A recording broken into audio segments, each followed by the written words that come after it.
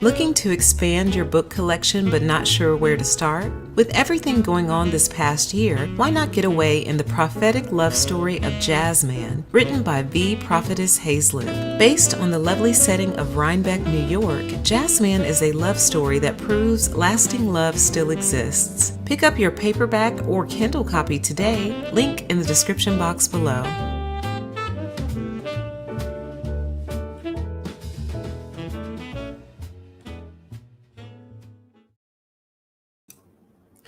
All right. Hello, everybody, and welcome.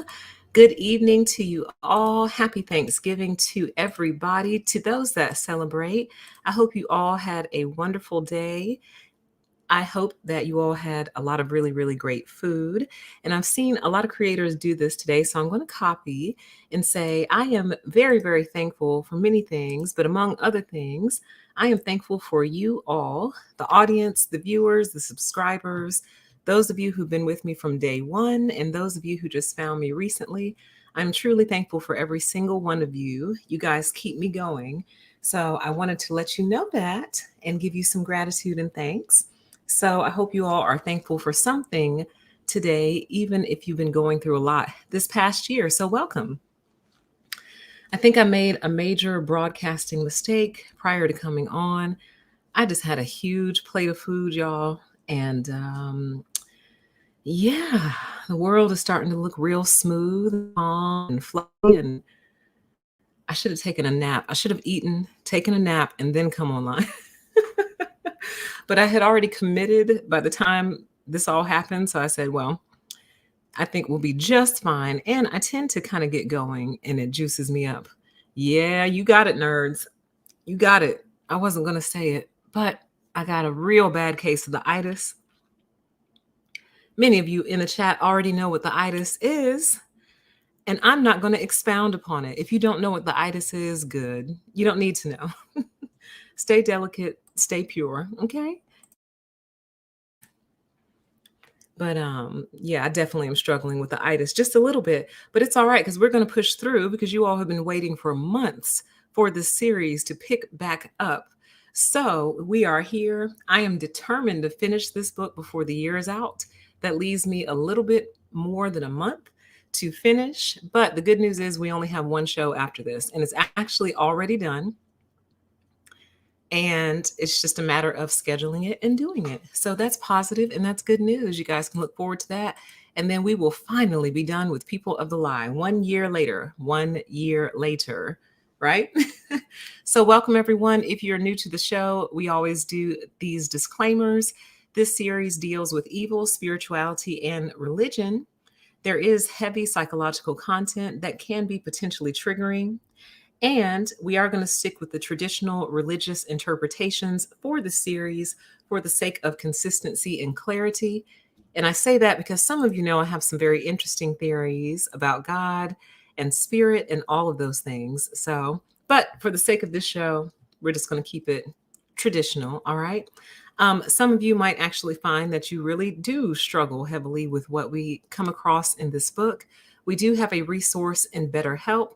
I know a lot of people have mixed feelings about BetterHelp, but I did try it myself when we first formed the partnership, and I liked it. The only reason I didn't keep it going is for me, it's a little expensive, but it may not be expensive for you. It might be affordable. So look into it. I think it's worthwhile. It's always good to have somebody to talk to, okay? So do check that out if you find you are in need of counseling. And the best part is you don't have to go in person. You can call them on the phone, or you can schedule a Zoom meeting or something like that, something to that effect, all right? So this is the book that we have been covering for about a year now, People of the Lie, written by Dr. M. Scott Peck. This book was published in 1983, and it has been a national best-selling book. that continues to receive positive reviews to this day. And I am sure they have noticed an uptick in sales over the past year. And I bet you they are curious, like, where in the world is this coming from? Like, why all of a sudden the renewed interest in this book? So that tickles me thinking about little things like that.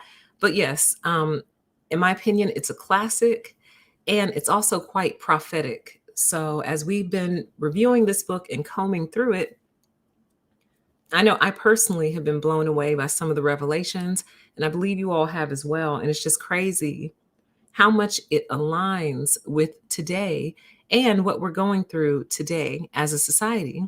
So, with that, the theme for tonight's People of the Lie review is an analysis of group evil. Okay.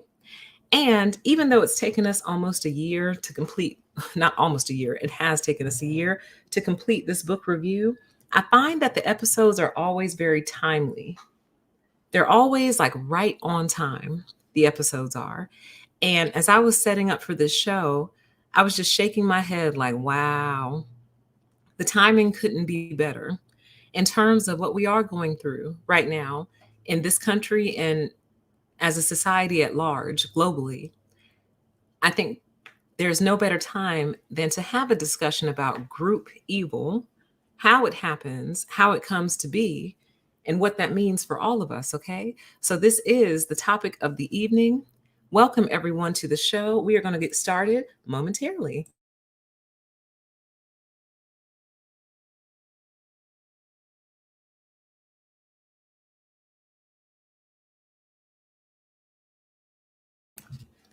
All right, let's jump right into it. Welcome, everybody.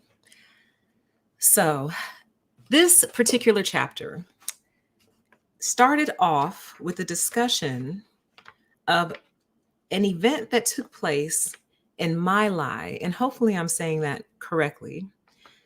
And this took place during the Vietnam War. And long story short, it was a really horrific incident that the United States military carried out in my lie.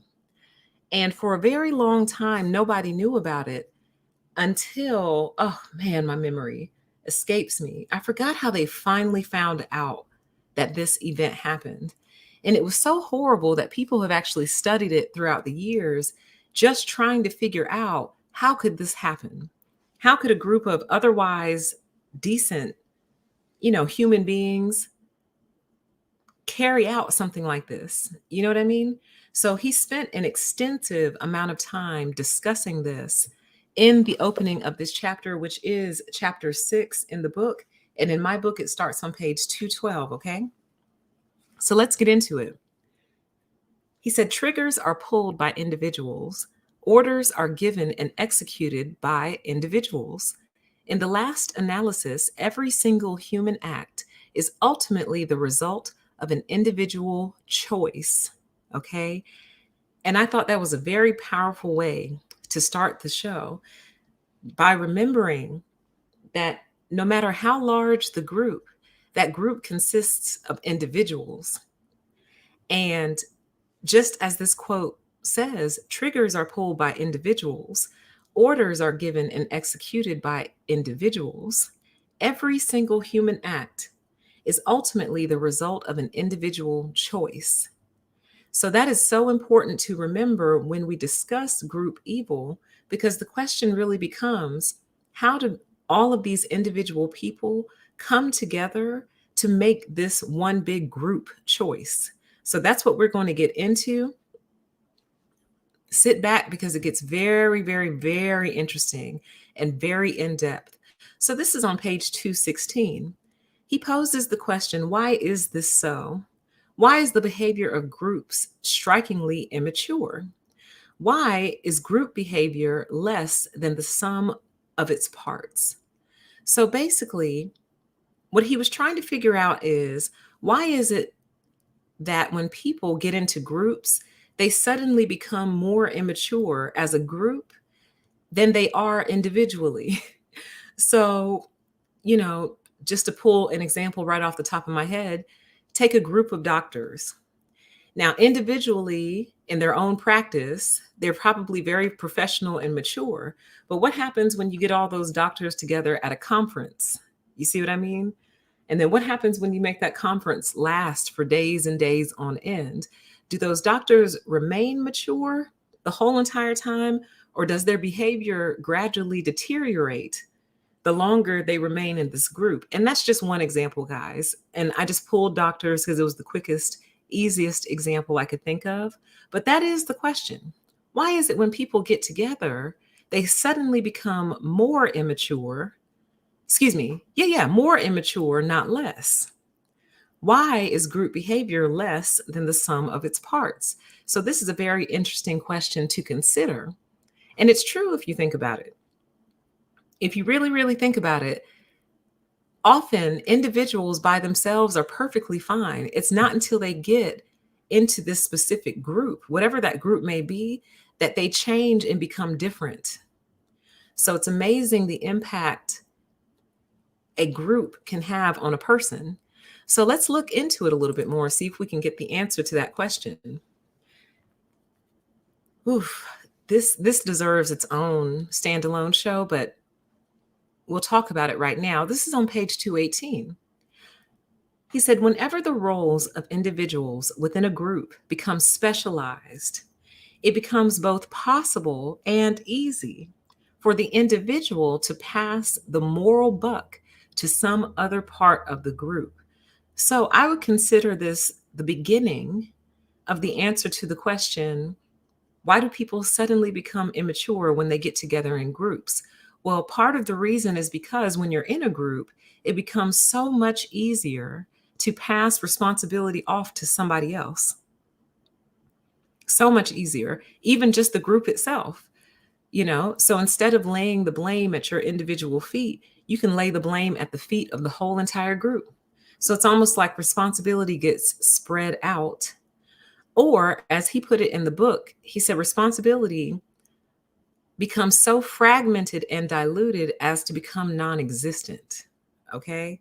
And I've been thinking about this ever since I set the show up, because it really explains almost everything. So here's another example for you. You'll often hear content creators complain about YouTube, and rightfully so. I think all of our grievances are valid. But after reading this chapter, here's what I realized. Is is the CEO of YouTube evil? No comment.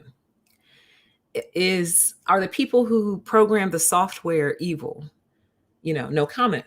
I could go on and on down the list. Basically, everyone who works for YouTube and makes for YouTube a possibility, as individuals, are they evil people? The answer is probably no, probably not. They're probably not evil individually. But what happens is when they come together as a collective, they basically just start following orders. So it's not that you want to make the creator's life miserable by hiding the dislike count. You were just following orders. So you programmed YouTube to hide the dislike count. It's not that want to be unfair by taking this person's video down and leaving another one up. It's that's how the algorithm is programmed, and you were just following orders. It's, not that some voices are suppressed and others are risen up. Again, that's just how the algorithm is programmed, and whoever programmed it was just following orders. So what ends up happening is you end up with a series of people who are all just following orders in their individual role. And it comes together to be a very evil system, or a very evil machine, or a very evil policy. Do you see what I mean? So, dang, I just had another one right on the tip of my tongue and it left me. But the point I'm making is, when we get angry at YouTube on the whole, again, our grievances are valid. But what is really taking place is, like, the programmers are not sitting there having a moral conflict. The programmers are sitting there taking orders from their boss, and they just do what they're told. So if they tell YouTube's software to do one thing, it's going to do it. and they don't consider how it might be evil on the collective whole. So when you take it back to the example from the book, he breaks it down much further than I'm going to, but essentially what he was saying was the left hand does not know what the right hand is doing. The right hand is just doing what the right hand does, and the left hand is just doing what the left hand does. But together, they come together to make a very evil system. But when you go to the people individually about it, they're like, well, I didn't design that. I just, let me give you a perfect example. Going back to the military example.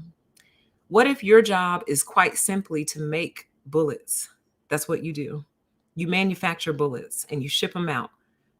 And when someone comes to you and says, hey, do you know you're supplying bullets for a war that's killing innocent people? They just look back at you and go, we don't have any control over what happens to the bullets. We just make them. We just fulfill the orders. That's all. We just make the guns. We just make the bullets, And then it finally trickles down to the person who's taking an order from their general or whatever they're called on the front lines that says, go in there and attack that group of people because they did this. And that's your job, to follow the order. So you do it. You don't know the whole backstory because you were not privy to the backstory. You were only privy to what your boss told you to do. So it comes together collectively to create a very wicked system. So when I was meditating on this and thinking about it, I was like, I felt proud of myself because I rarely, if ever, will participate in a wicked system in terms of like my work, my day-to-day work. So when I'm being asked to do something that I feel is morally objectionable, I put up a fuss about it. And if they press the issue, I'll usually quit because I just have such a conflict doing even a small thing that I consider to be wrong. Because here's the bottom line behind all of this. When we agree to even the small things that are wrong, what we're doing is contributing to the overall wicked, evil system. Do you see what I mean? So, for example, right now, evictions are a very hot topic in American society and probably worldwide too, because a lot of people's finances were impacted because of COVID. So what if you are quite simply the person who works for the courts, who mails the eviction letters out? And if someone came to you and said, hey, what do you do? And you're like, oh, I'm a clerk of the courts. I mail out eviction letters. And they're like, oh my God, how could you do something like that? That's horrible. And you're just like, I don't evict them. I'm not the one who evicts them. The judge evicts them. Like, I just print the letter out, put it in the envelope, put a stamp on it, and send it on its way. But I don't actually physically kick the people out. But do you see how that one evil act is a contribution to the overall wicked system? Don't get me started. Y'all know how I feel about housing and all of that. But that's the point I'm making. So it's not that you pulled the trigger, but you were the manufacturer. No, excuse me. You flew the guns over there. So you picked them up from the manufacturer and you flew them overseas to the war zone. Do you see? But you were just doing your job. So he talks about specialization a lot and how that contributes overall to any wicked system that you have. You could break it down to this specialization thing because it enables people to pass the buck on to the very next person. Okay, so let's move on. This was very, very powerful. This was on page 218. It says lying is simultaneously one of the symptoms and one of the causes of evil, one of the blossoms and one of the roots. So when I was thinking about this and meditating on this right here, I was trying to determine, is there anything else in life that is both a blossom and a root? That's both its root and its blossom. And I don't think there is, you guys. I ran through so many different scenarios in my mind. And all I could come up with was like a potato almost. Because a potato, you can eat the potato, but you can also plant a potato. You have to wait a little bit. You have to wait for it to like sprout roots on it. But you can plant a potato and grow more potatoes. So that was literally the only thing that I could think of that is both the blossom and the root, a potato. But the root of lying is lying, and lying is its own blossom. So again, when we consider how does this come together? How would a group come together to commit evil? Well, the first thing that we've already determined is that many groups are broken out into specializations, meaning, look, I'm only just doing my job in my little corner of this. You need to talk to this guy. Oh, hey, don't look at me. You need to go talk to this guy. You see, all the way up the chain. But the funniest thing is when it reaches the top of the chain, typically the top of the chain just points back down to someone else. Oh, that's not my fault. That was the finance department that screwed that up. You see what I mean? So it's very easy to point fingers in a group. Okay. Now, this whole lying thing. So that was the first answer. The second answer is lying. So once a group starts lying, evil truly blossoms from there. Once they get into the habit of it, once they take to lying and make lying a part of their culture, evil is sure to follow, because evil is both its own blossom and its own root, like a potato. Okay? It is its cause and its effect.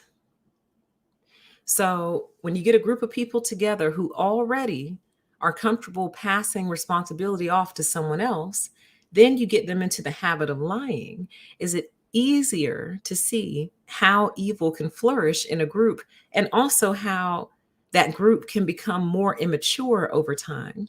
Because maturity is taking responsibility, and maturity is telling the truth. But as you can see, the group falls apart in the very beginning because everyone gives up their own individual responsibility and gives it away to the group. Okay? So let's move on. Welcome to everyone in the chat, by the way. Thank you all for being here, and I hope you had a wonderful Thanksgiving. This is on page 219. It says, beyond this, the military does other things quite deliberately to intensify the power of group pressure within its ranks. So remember, the question that we're answering is, why do groups become evil, and why do they become so immature over time? So this is one of the answers to that question as well. Group pressure. So again, he's not singling out the military in this particular chapter. He was just using the example of what happened in Vietnam and the military as an example of this group pressure thing. But this really stuck with me. Beyond this, the military does other things quite deliberately to intensify the power of group pressure within the ranks. This happens in corporate America as well.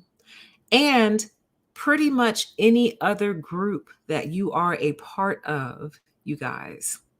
So yes, it happens in the military. Of course, it happens in corporate America.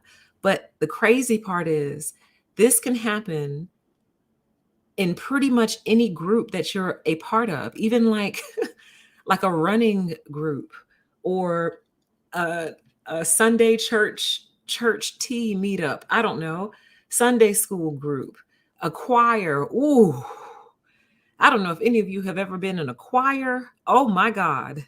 Wow. You want to talk about evil. Now, you would think that a choir would be one of the most holy, sanctified, righteous places that you could be, right? Oh my God. I've never experienced anything like it before in my life. And I love to sing. But I was like, I can't do this. Y'all are too much. There is something about musicians, man. And then you get all those musicians in a group. Oh my God. It's a wonder, truly, that any musical group stays together. It's a miracle.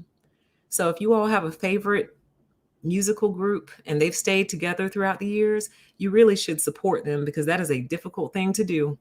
Musicians are crazy, stone crazy, okay? Then you go and get them in a group. Oh, man. Oh, but the music is beautiful. When we were singing though, oh man, it was wonderful. It was one of the greatest things ever. But oh, the practices, the drama, the shade, oh my God, unbelievable. But anyway, Oh, I'm bringing back memories now. But group pressure within the ranks. So, why are groups evil? Well, one, they're able to pass responsibility off to other people in the group. Two, they have a tendency to start taking to lies and lying, which just truly deteriorates things from the inside out. And three, they are real big on the group pressure, meaning go along to get along, meaning do what we do, speak how we speak, think how we think, you know? And if you fall out of line with that, most of you already know what's awaiting you if you fall out of line with the group. On the show I did, I think the name of that video is called Narcissists Are Dangerous Because They Don't Know When to Quit.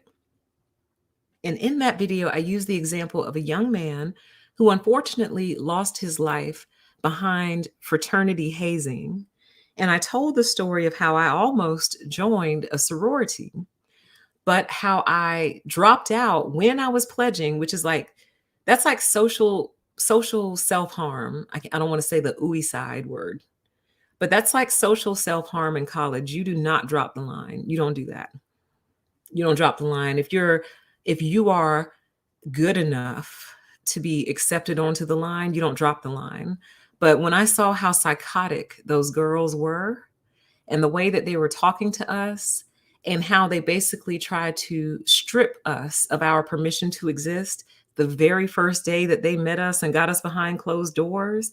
And then as soon as things got real, they completely code switched. So like they were like picture, this is not what happened, okay? But picture like us being in the middle of the floor tied up and they're just like walking around like yelling at us and telling us that we're nothing. We weren't tied up. We were standing in a line while they walked around us and told us that we were nothing. They didn't need us. And like, just all I was thinking was, man, I wish I had my car. I'd be out right this second. But I left my car behind, which is foolish. Don't do that. But anyway, my point is, when I realized what I was dealing with that night, I dropped the line and I didn't care because I could just tell it was only going to get worse from there. If this is how they treat you the first day that they met you, I can only imagine what's to come. Okay. And I also told you guys what happened to my college ex when he tried to pledge. Okay. So I'm not into the whole group pressure. I don't do peer pressure. You know what I mean? Like I've never been a peer pressure type of person ever. But this is part of how these groups are able to hold themselves together. Honestly, fear. They use a lot of fear within the ranks, fear of everything, fear of social stigma, social rejection, fear of not being accepted, fear of being made fun of, laughed at, mocked. You know what I mean? All kinds of fear is being used. And believe it or not, that fear is a very, very powerful glue. See, someone like me, I'm like, you speak to me like that, you might as well be, dang, what is the word? A solvent. Solvent dissolves glue. When you talk to me like that, you might as well be using a solvent on me because you are dissolving our relationship word by word and action by action. You are actually breaking the bond with me, but that's me. Most people, when you treat them that way, you are putting a very powerful glue on them, and that group will almost never break apart. They become trauma bonded. So, part of the reason sorority and fraternity lines, that particular line group tends to stay friends for life because they got traumatized at the same time and they got traumatized together. And believe it or not, they have a common enemy, which is the sorority or the fraternity. So in their trauma, they talk to each other about what's happening to them. And then they unite as a group against the main group. It's just crazy. And see, I don't have time for that kind of stuff. I wasn't there for all that. I was there to have fun and learn, not be yelled at by a group of girls that I just met. Girl, bye. So, but that's me. Let's move on to page 219. It says, how is it that a person who is not basically evil may participate in monstrous evil without the awareness of what he has done? And reading this, initially, a lot of us would be like, oh, please, you know what you did. Oh, please, you know what you've done. But the more I meditated on this whole group evil thing, I was like, it actually really is possible that they don't understand the role they play in the bigger picture. You know what I mean? Because their role in it is so small that they don't get how they participate in the wider group evil. You see what I mean?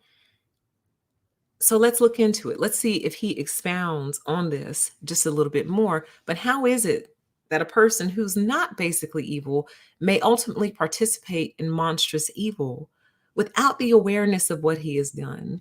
Let's look into it and see if we can find any answers to this question. So he mentions again, he was talking a little bit more about how in situations of prolonged discomfort, this is on page 220, human beings almost inevitably tend to regress or go backwards, okay? So, in other words, when we start to feel stress or when we start to become stressed out, it starts to change us as people. And then, if that stress is prolonged, we start to regress, we start to go backwards, okay? And I think the easiest way to think about this is think about how you act when you're hungry, like for real hungry, right? And initially you were okay with it. You're like, oh, I'm a little hungry, a little snackish. I could eat, but it may not be another 2 or 3 hours before you can get to some food. So, you just kind of grin and bear it. You drink some water or whatever, but then you start heading towards food. Well, what happens when that food is either delayed or that food never happens? What happens when you place your DoorDash order or your Uber Eats order and the driver is 5 minutes away, and then suddenly either it gets canceled, he goes the wrong direction, he gets lost, pulled over, whatever, and your food never comes? Are you still a super sweet person? Are you still like, that's okay, no worries, things happen, I'll just try again? Or do you suddenly deteriorate into some sort of demonic toddler, right? So hold this in your mind and let's keep going. This is on page 221. It says, the sight of a single bloody, mangled body horrifies us. But if we see such bodies around us all day, every day after day, the horrible becomes normal and we lose our sense of horror. Okay. So, what he's really starting to speak to here is how normal, regular, basic people can become evil, basically. So, if we go back to what we were just looking at before, one way to make them evil is a situation of prolonged discomfort. That's one way. The next way to make people or a person or a group of people evil is to expose them to the horrible on such a regular basis that it doesn't horrify them anymore. It doesn't horrify them anymore. The chat says that DoorDash scenario is the highest level of anxiety for me. It's the worst. It's the worst. It's so bad to where I won't even look at my phone. I just place the order, put my phone face down, and I pray. And I'm just like, Lord, please, please, Lord, please let them find it today. Please let it get here. And then I just have to go preoccupy myself, or otherwise I'll melt down. And it's not so much that people make mistakes and there are errors. It's the lack of recourse, because basically they'll just be like, sorry for the mistake. Here's a refund. And I'm like, it's not my money that I wanted. I gave my money to you. It was the food. It was the food that I wanted, and the food's not here. And sure, I got my money back, but guess what I don't have? My food. Don't get me started, y'all. I could do a whole live stream on food delivery, okay? So I've learned not to get my hopes too high. I've learned not to get my hopes too far up. I just, you know, if it gets here, I'm incredibly thankful. But yes, how do you create a group of evil people, you expose them to horrible stuff all day, every day, to the point where they start to lose their sense of horror. I could think of another example of this. So, when the Astro World tragedy was all unfolding, and I heard about people losing their lives, it honestly took a couple of days, I think, for the magnitude to set in. Because to me, I'm just like, sounds like another day in the neighborhood, like another day in America. You know what I mean? Like, something horrible happens in America every day, and we hear all about it. But it finally, it took a lot of people saying, you're not supposed to die at a concert, for me to be like, oh, that's why everyone is so upset. And I'm not laughing, y'all. I'm laughing at myself. Because truly, the horrors that we're exposed to every day, it's just kind of like, yeah, sounds like America. You know what I mean? Like, it sounds like another day in the neighborhood. This time there were no guns involved, but it's the logistics of it all. You're not supposed to die at a concert. That's not what you're supposed to do at a concert. You're supposed to go have fun. You might get in a fight, but you're not supposed to walk out of that fight dead. You know what I mean? So, but don't get me started. I have deeper, more complex thoughts on that whole Astro World tragedy. And you can find those thoughts on my other channel, A Deeper PTE. But yeah, it was just like we're becoming desensitized and forgetting to be like, you know what I mean? So, and some would argue that that's the goal, but that's a different conversation for a different channel altogether. So let's move on. Page 221, it says, if we live in the midst of garbage, our sensitivity to ugliness becomes diminished, and it is likely that we will become litterers ourselves. So think about different neighborhoods you drive through, and some of those neighborhoods are clean, and some of those neighborhoods are not clean. And you think to yourself, why would anyone want to live like this? Why would anyone want to live around all this trash? Why would they want to drive out of their neighborhood and see all this trash laying around everywhere? How come nobody picks it up and just throws it away? Wouldn't that be easier? Or, why don't they want it to be pretty? Because they've been around it so long that they've lost the ability to even see ugly. They've lost the ability to even see that this doesn't look how it's supposed to look, that this is not attractive, this is not pretty. They don't see it. And this makes me think of narcissists a lot, because I feel like the narcissist has been living a life that's so dirty for so long that they don't even see their behavior as dirty. They don't even see what they do to other people as bad, as terrible, as not good.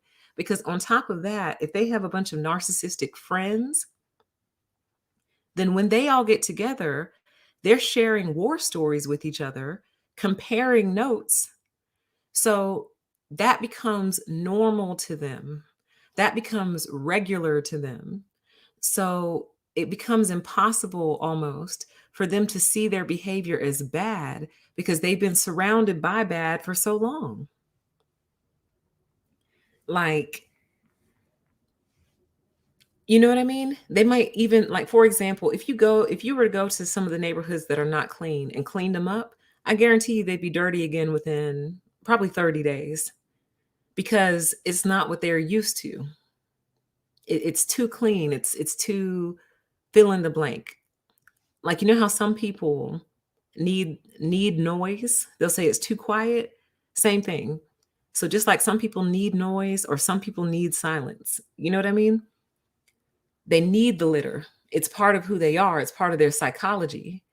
So to me, this also makes me feel like when you're dealing with a narcissist, maybe on a romantic level, and things will be going great in your relationship, and then they just do something to just completely derail it. It's like, why did you do that?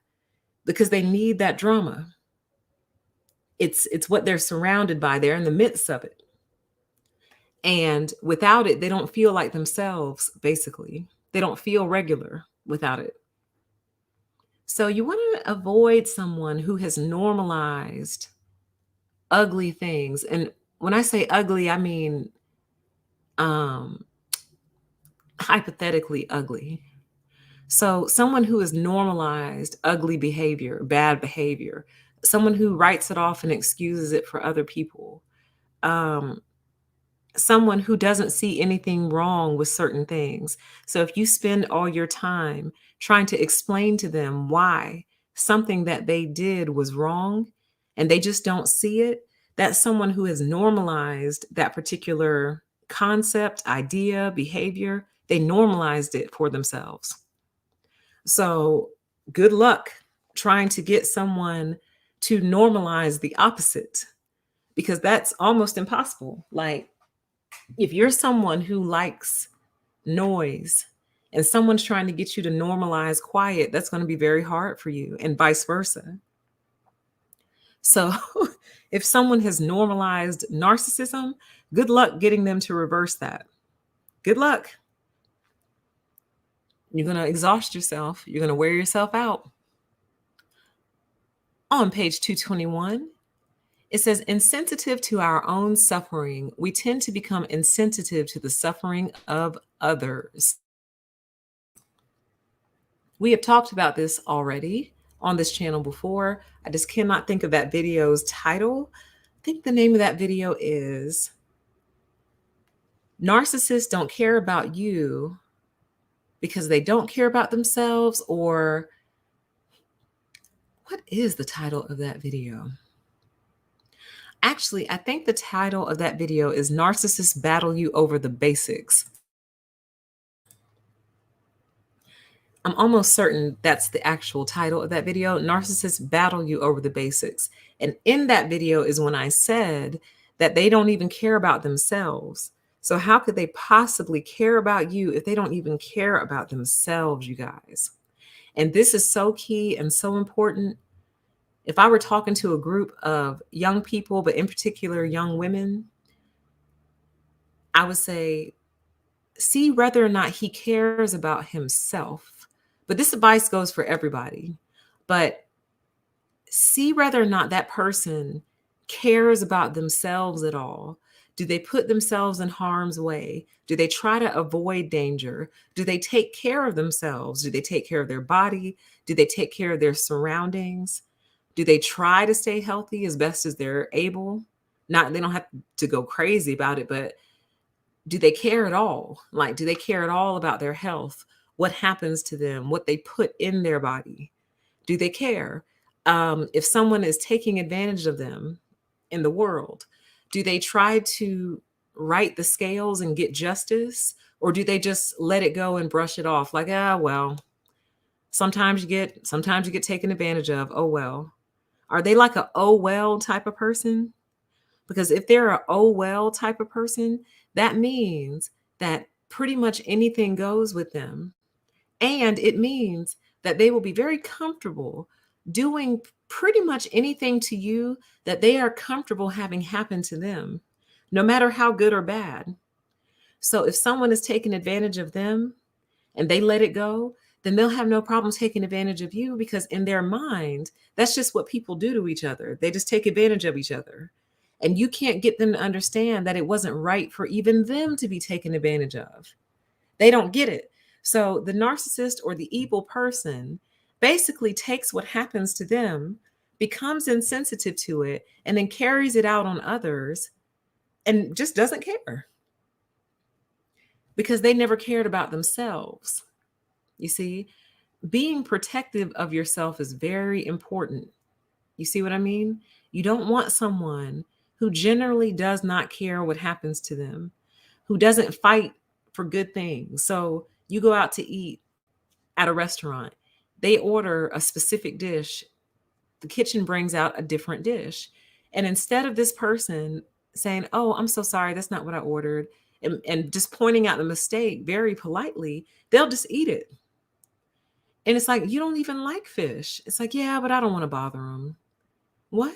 So you're going to sit there and eat something you don't like because you don't want to call them out on their mistake in a very polite way. I'm not saying flip the table and try to set the place on fire. That's not what I'm saying. You just raise your hand and say, hey, I think there was a little mistake in the back. I ordered the steak, not the fish. And usually they'll take it back with no problem and make the mistake correct. But they so don't care about what happens to them. They'll just take whatever, do whatever. Trust me, they're going to do the same thing to you and have no problem with it. Because in order to protect others, you first have to protect yourself. You have to. So if you have no problem letting anything happen to you, you can rest assured, or excuse me, if they have no problem letting anything happen to them, you can rest assured that they'll probably do pretty much anything to you. They don't even protect themselves. Okay? So you got to look out for that. That is very, very important.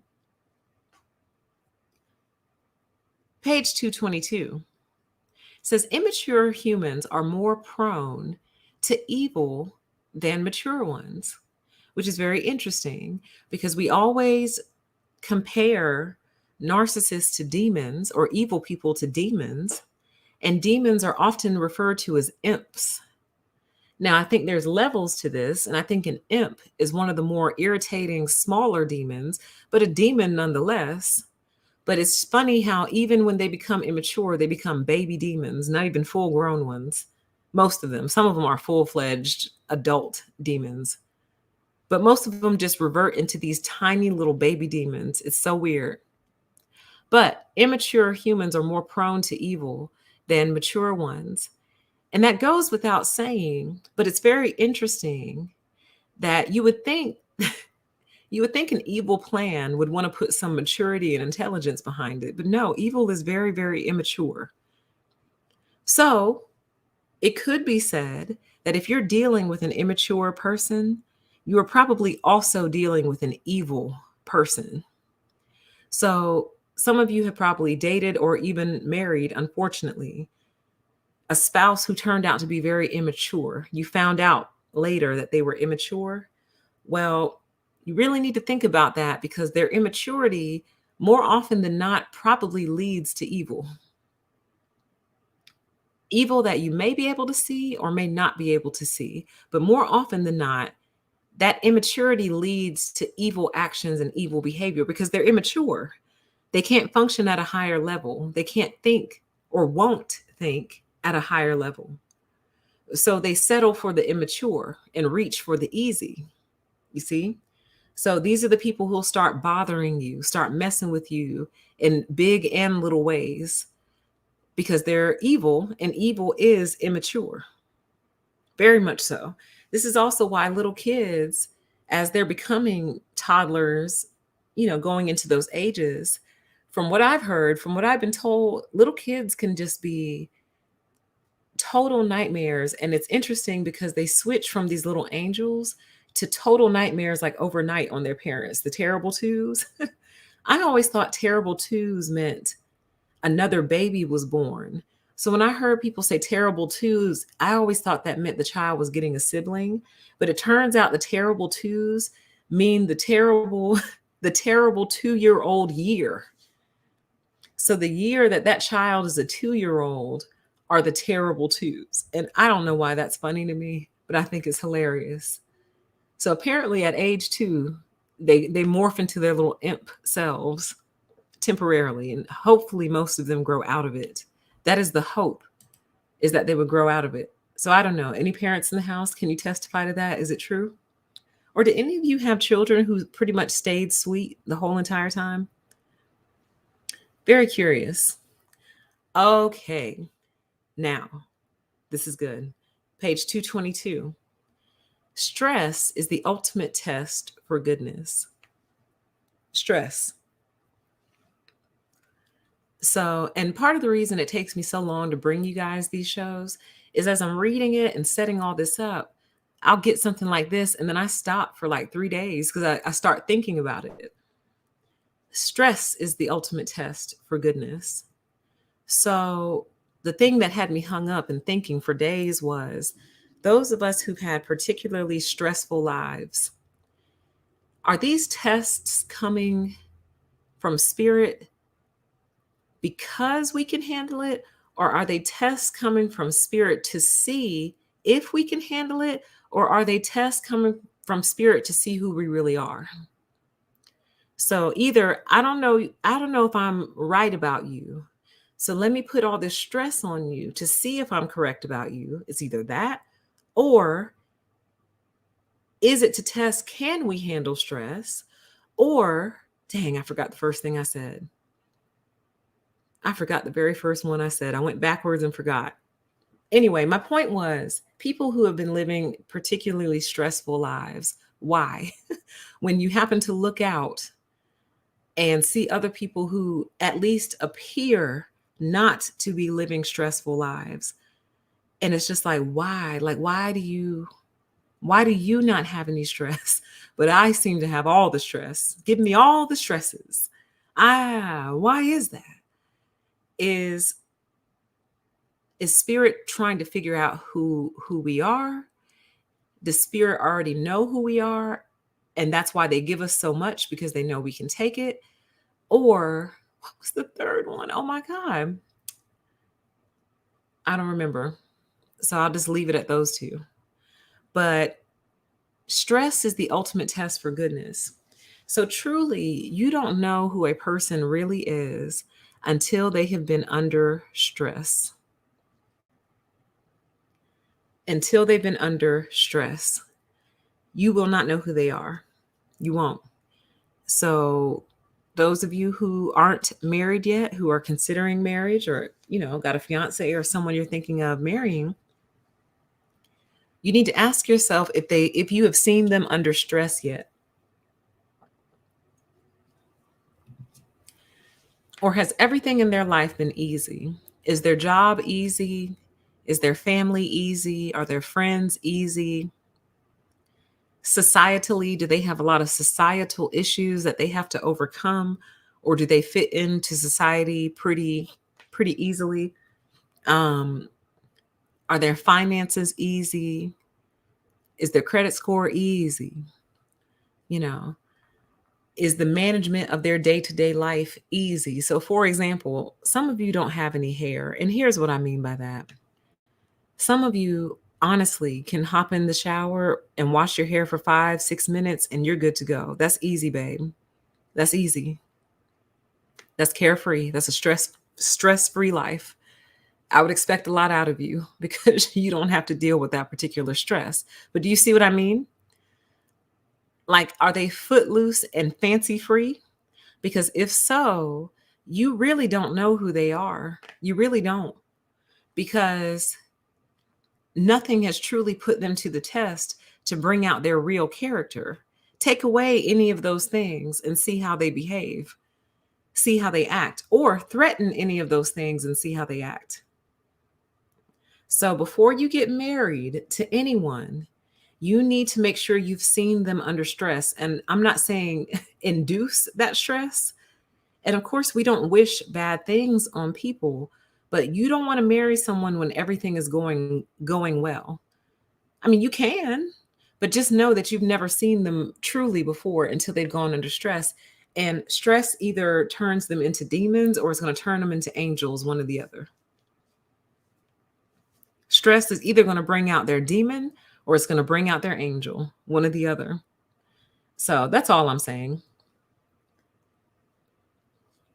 The chat says pressure makes diamonds, the abrasiveness of sand makes pearls, and the press makes the best olive oil. Exactly. So try not to marry the lump of coal, okay? See what life has given them and what they've had to deal with and overcome. Because here's the other thing. When you've gone through something particularly stressful, you tend to develop empathy. So empathy is formed by the understanding of the situation that you went through. At minimum, you can understand what someone else went through. Similar. You know what I mean? You can understand it. You'll be able to relate to it a little bit better. And then people who are truly emotionally intelligent can take what they've gone through and apply it to other situations. So they don't necessarily have to go through it to empathize with you, because they've gone through something similar. And then the truly emotionally intelligent don't have to go through it at all. they just use their brain to empathize with you and go, wow, that sounds like it really, really sucked and was a tough time for you. They can imagine how hard it would be. You see what I mean? But someone who's had an easy life, they cannot imagine it. It's foreign to them. It would be foreign, the concept of stress. Okay? Now, we're still on page 222. It says, the truly good are they who in time of stress do not desert their integrity, their maturity, or their sensitivity. Now, this needs to be printed out and put on somebody's wall. The truly good are they who in times of stress do not desert their integrity, their maturity, or their sensitivity. So in other words, as soon as they get stressed out, they don't become demons, basically, abandoning their integrity, their maturity, and their sensitivity. But some people are all too anxious to immediately abandon all three of these things when the times get rough, right? And the truth of the matter is, in life-threatening situations, many people are going to revert to some sort of demonic state. So, like if you're starving to death and you've exhausted all options, yeah, you might steal food. You think you probably wouldn't, but you might. You might steal food. You might, which is an integrity issue. But if you, again, exhausted all options, you're totally out, flat on your luck, can't get food anywhere else. Like you really, really, really tried and you literally can't get food anywhere else. No food bank, you know what I mean? No kitchen, soup kitchen, no charity, no friends, no family you can call, no employer who might help you. Like literally you're completely flat down on your luck. You might steal. You might. You might. I can't say what you would do, but my point is the truly good are those who don't abandon them. And, or if they do finally abandon them, it's when they've literally run out of all options and they are completely at the end. But even then, like for example, I forget what storm it was. It was a storm that had come through the States here not recently, but maybe like a year or two ago. And people needed food and stuff and they couldn't get any. So they broke into a local convenience store, but they left money behind. So whatever they took, they paid for it. They just left the money behind.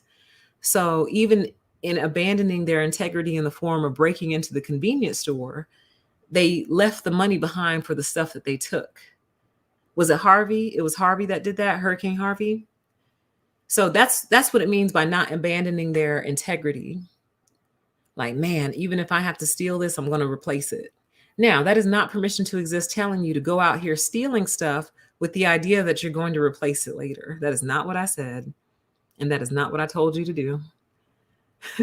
What I'm saying is the good person, it will bother them so much that they won't be able to sleep until they make it right, until they fix it and balance the scales. That's what I'm saying.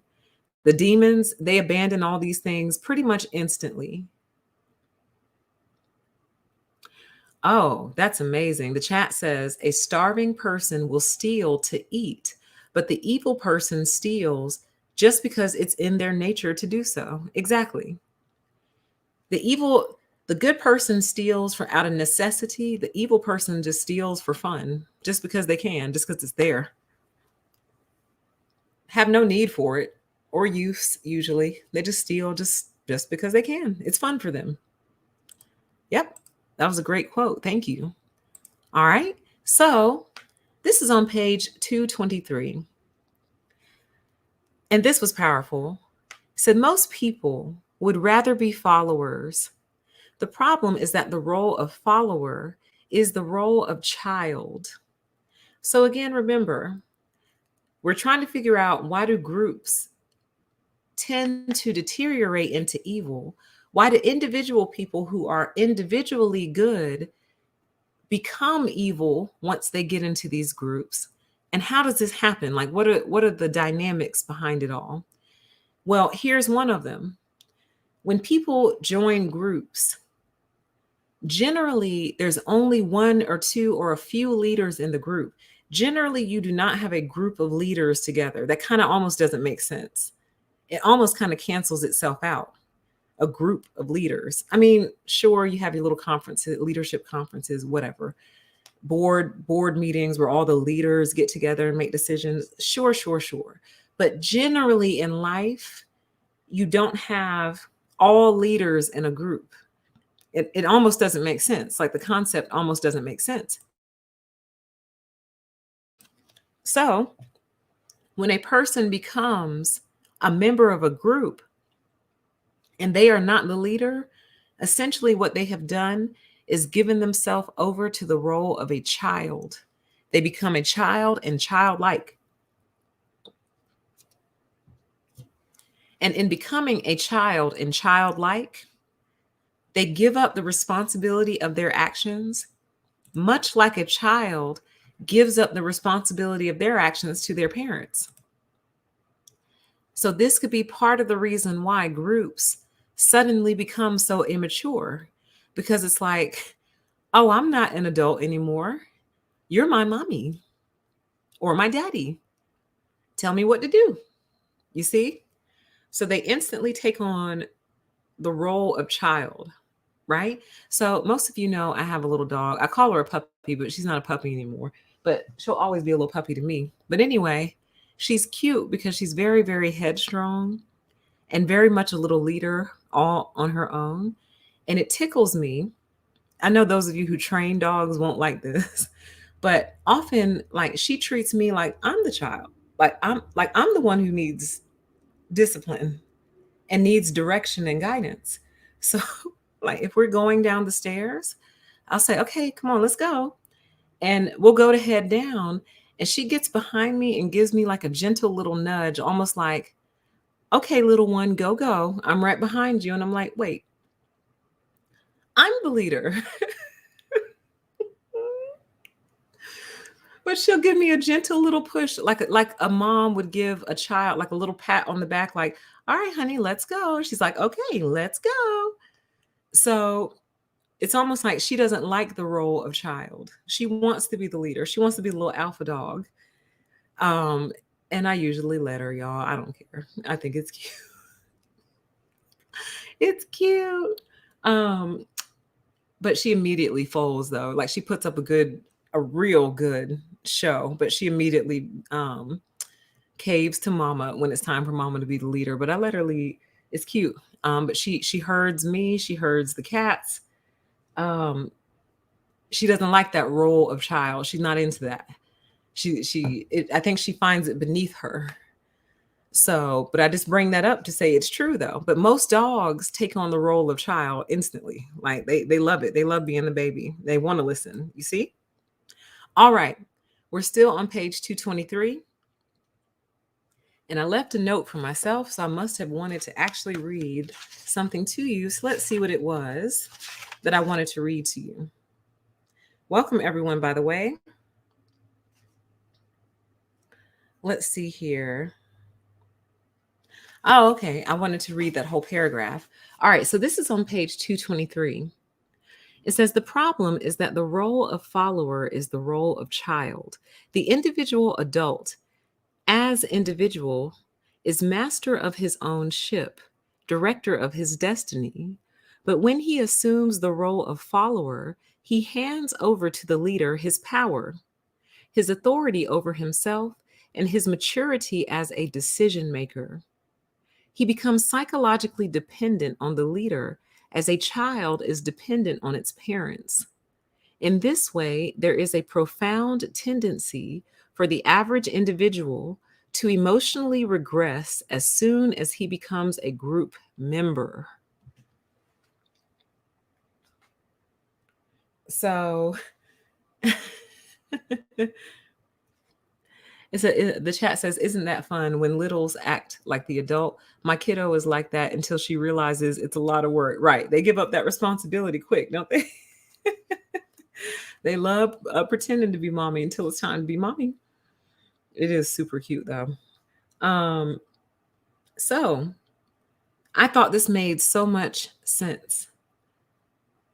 that when you join a group, you pretty much always join as the role of a follower, and then you hand over your power to the leader, which instantly causes you to emotionally regress. Instantly. So, some of you may see this transformation happening like as your kids join different sports teams or different groups in school, or as people join different organizations, they change because literally they're handing their adulthood over to someone else, and or their autonomy rather, to someone else. And as I reflected on this, I really realized that I truly value my adulthood and I do not give it up easily, if at all. Like, I never stopped forgetting that I was an adult. Once I became an adult, that is. I never stopped forgetting that. Like, I never did not know that I was an adult. And to me, being an adult comes with certain privileges, like decision making and having authority over yourself and being able to kind of be the master of your own ship. I feel like adulthood comes with a certain set of rights and privileges. So when we see people attacking what I consider to be attacking your adulthood, oh, I buck up against that hard. Oh, I put a strong fight up against that. You're not going to take my adulthood from me. You're not. You're not going to son me or daughter me, rather. So, for example, when we were talking about the whole YouTube taking away dislikes, I don't like that because you're making me feel like a little kid. I'm not a child. I can handle people knowing how many dislikes my video got. It's not going to destroy me as a person. What's going to destroy me as a person are things like 60-hour uploads, things like not being able to archive the live chat or like print it out. You know what I mean? Like literally click on a link and just scroll through a live chat from an old video, things like that. Things like having your thumbnail removed because they think a pregnant belly is a breast. Oh, yeah. I did a video on my other channel yesterday. Other channel's name is A Deeper PTE. Did a video over there entitled "Why is Pregnancy Still Dangerous?"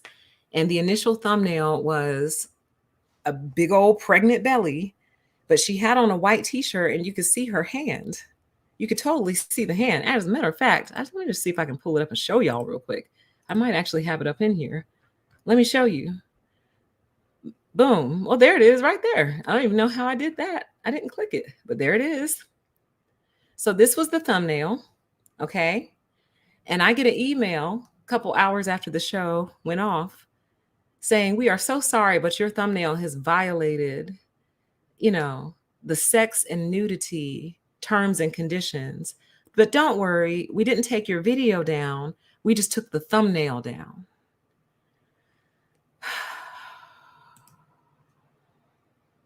So I appealed it. And I am happy to report that they approved my appeal and put it back up. But I was so irritated with it, y'all, because I just felt like it's just going to keep happening. The algorithm is just going to keep thinking that this is a breast, and it's going to keep flagging it and keep knocking the video. So I did change the thumbnail. So this thumbnail is not up anymore. It's a totally different one that can't be confused. But I'm like, you got to be kidding me, bro.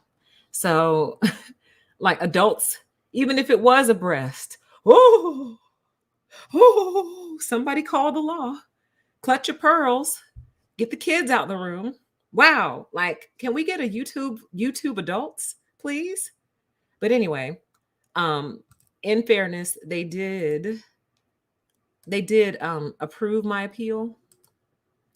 But it just goes to the overall point. You see what I'm saying? Like, we can't let them see a breast.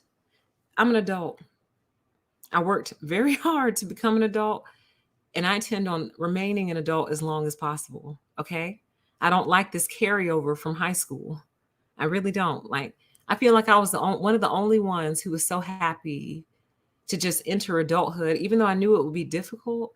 Just the freedom that came with it meant so much to me. It really does. So anyway, let's move on. Still does. Freedom is like one of the most important things to me. This is on page 225. A group of individuals behave as a unit because of what is called group cohesiveness. Probably the most powerful of these group cohesive forces is narcissism. Okay?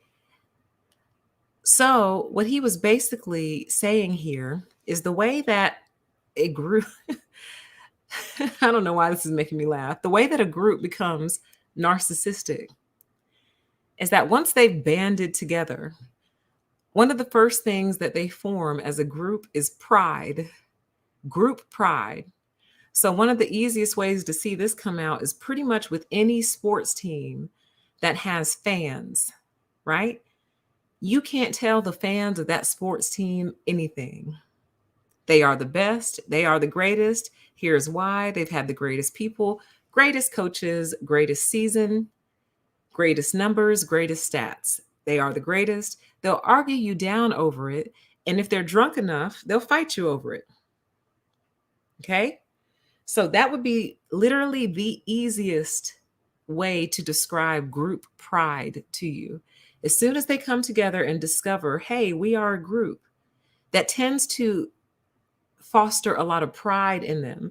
And sometimes that pride is justified, but usually it's not, honey.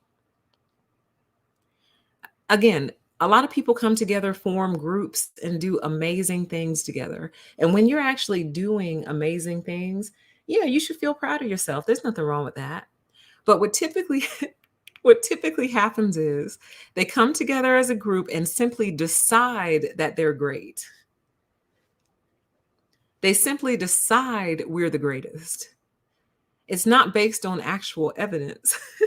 Maybe that's why I'm laughing.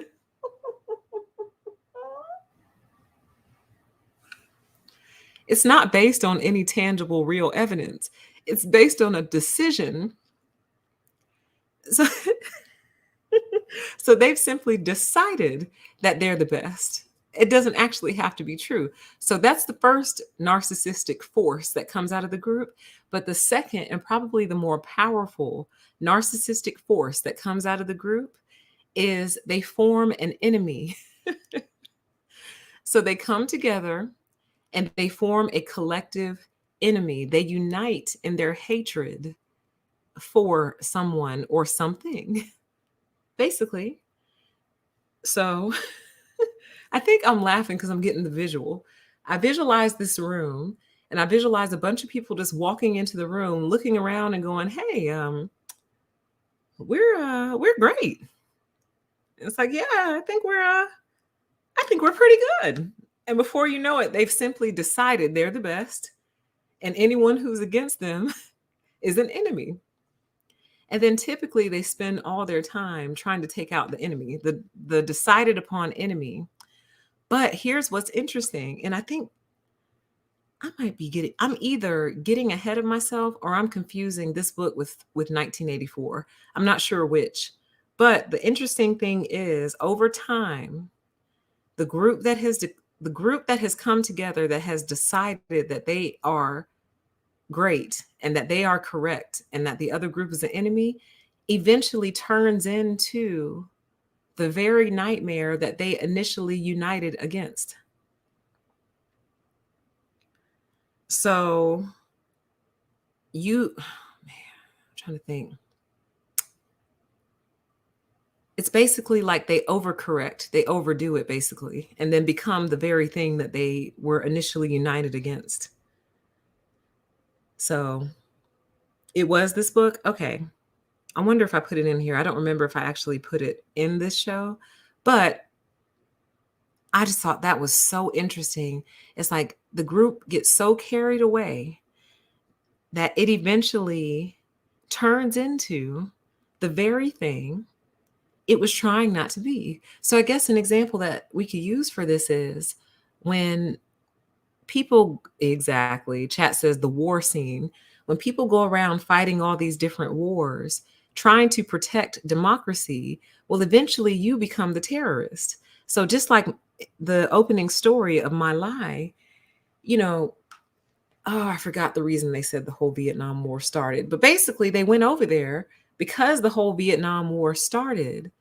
And then it's so complex, y'all. I feel bad for butchering it. I'm sorry.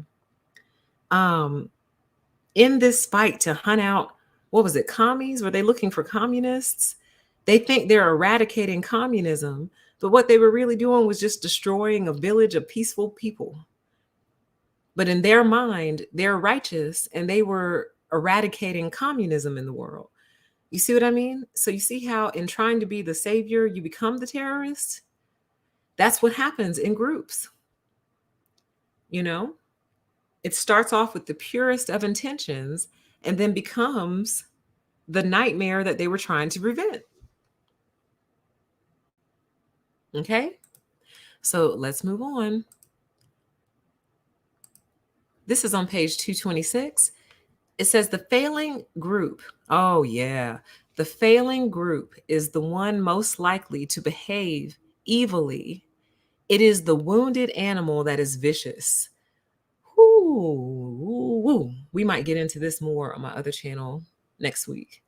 But the group that is losing is going to be the group that is the nastiest, most vicious, most biting, most spiteful, hateful, all of that is the group that is losing.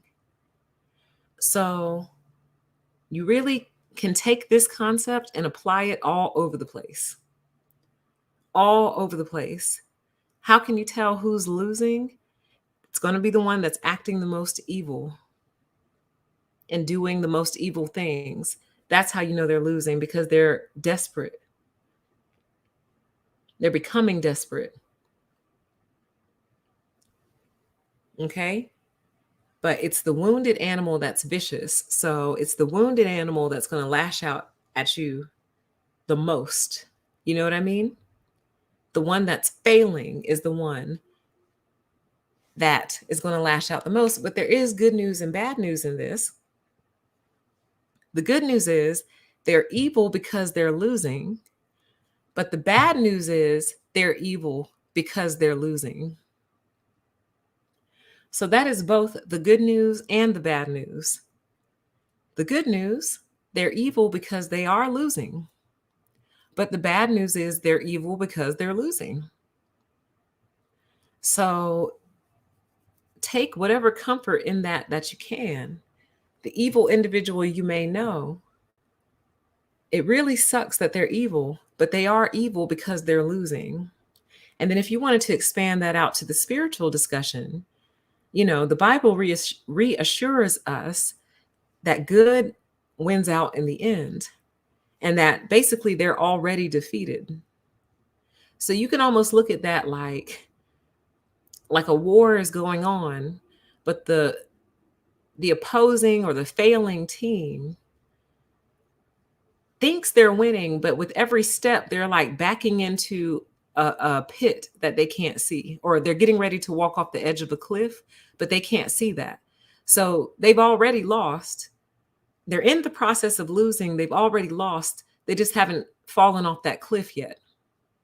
But they're fighting like hell, and not necessarily because they can see the cliff either. They're just evil. So that's why they're fighting like hell. And they're so focused on being evil that they don't see that they're getting ready to back themselves off of a cliff. So they've already lost the war, which is why they're even more angry. You see?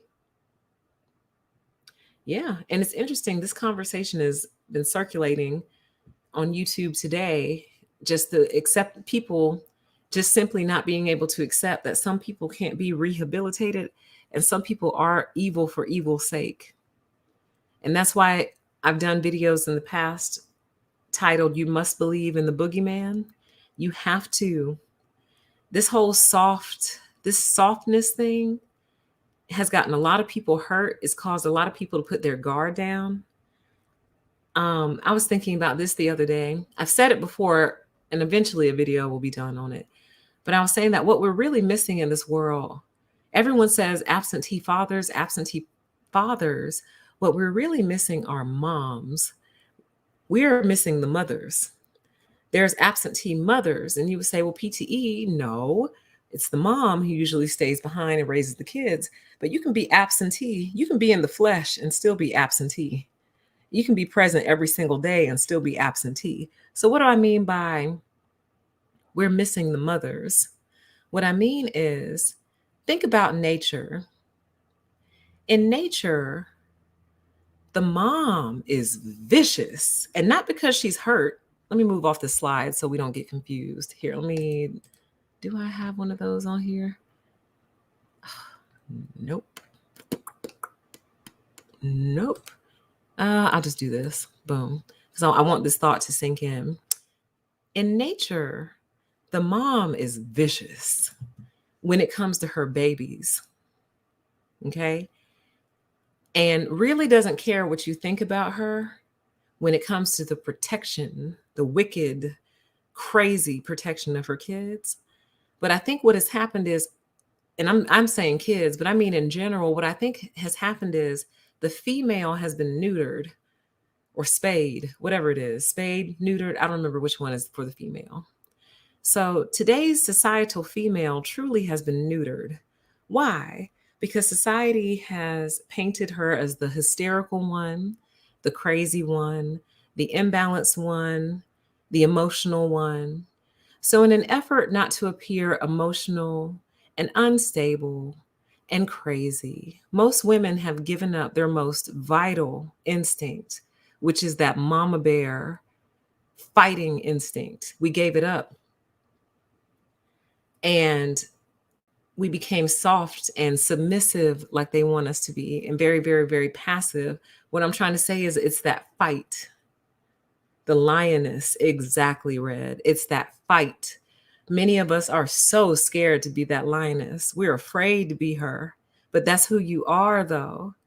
In nature, you think that bear is going to let you walk up to her cub?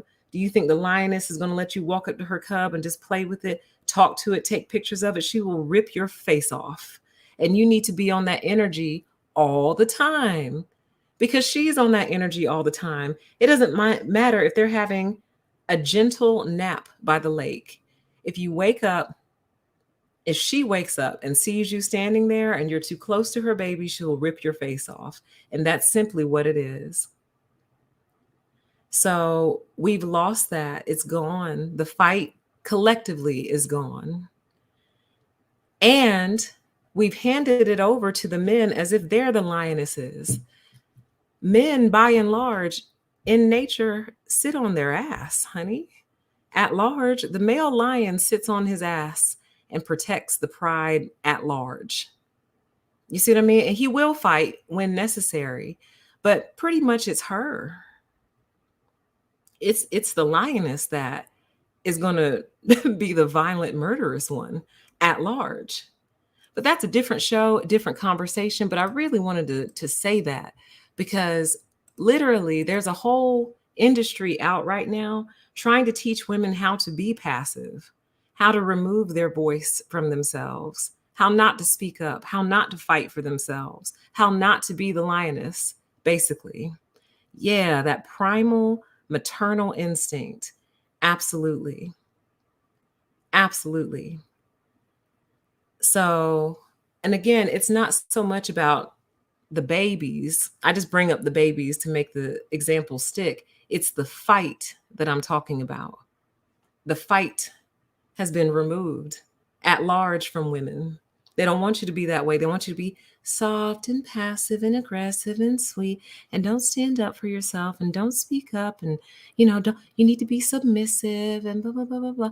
They've stripped you of your lioness. But we'll talk more about that another day. Page 226. In the healthy organism, failure will be a stimulus to self-examination and criticism. So here he was talking about how failure tends to build character, but I don't remember what he piggybacked that off of. Oh, I think he was saying that in groups. Oh, okay, I remember. It said group failure and the stimulation of group self-criticism act to damage group pride and cohesiveness. So, in other words, when the group fails, it collectively brings down the group's self-esteem. But the problem is they don't use that as learning lessons typically. typically their pride is hurt and their pride has been wounded and they lash out, basically. So, probably the only groups that handle failure well would be like your sports teams, your football teams, except in some countries they riot when their sports team loses. But I mean the team itself.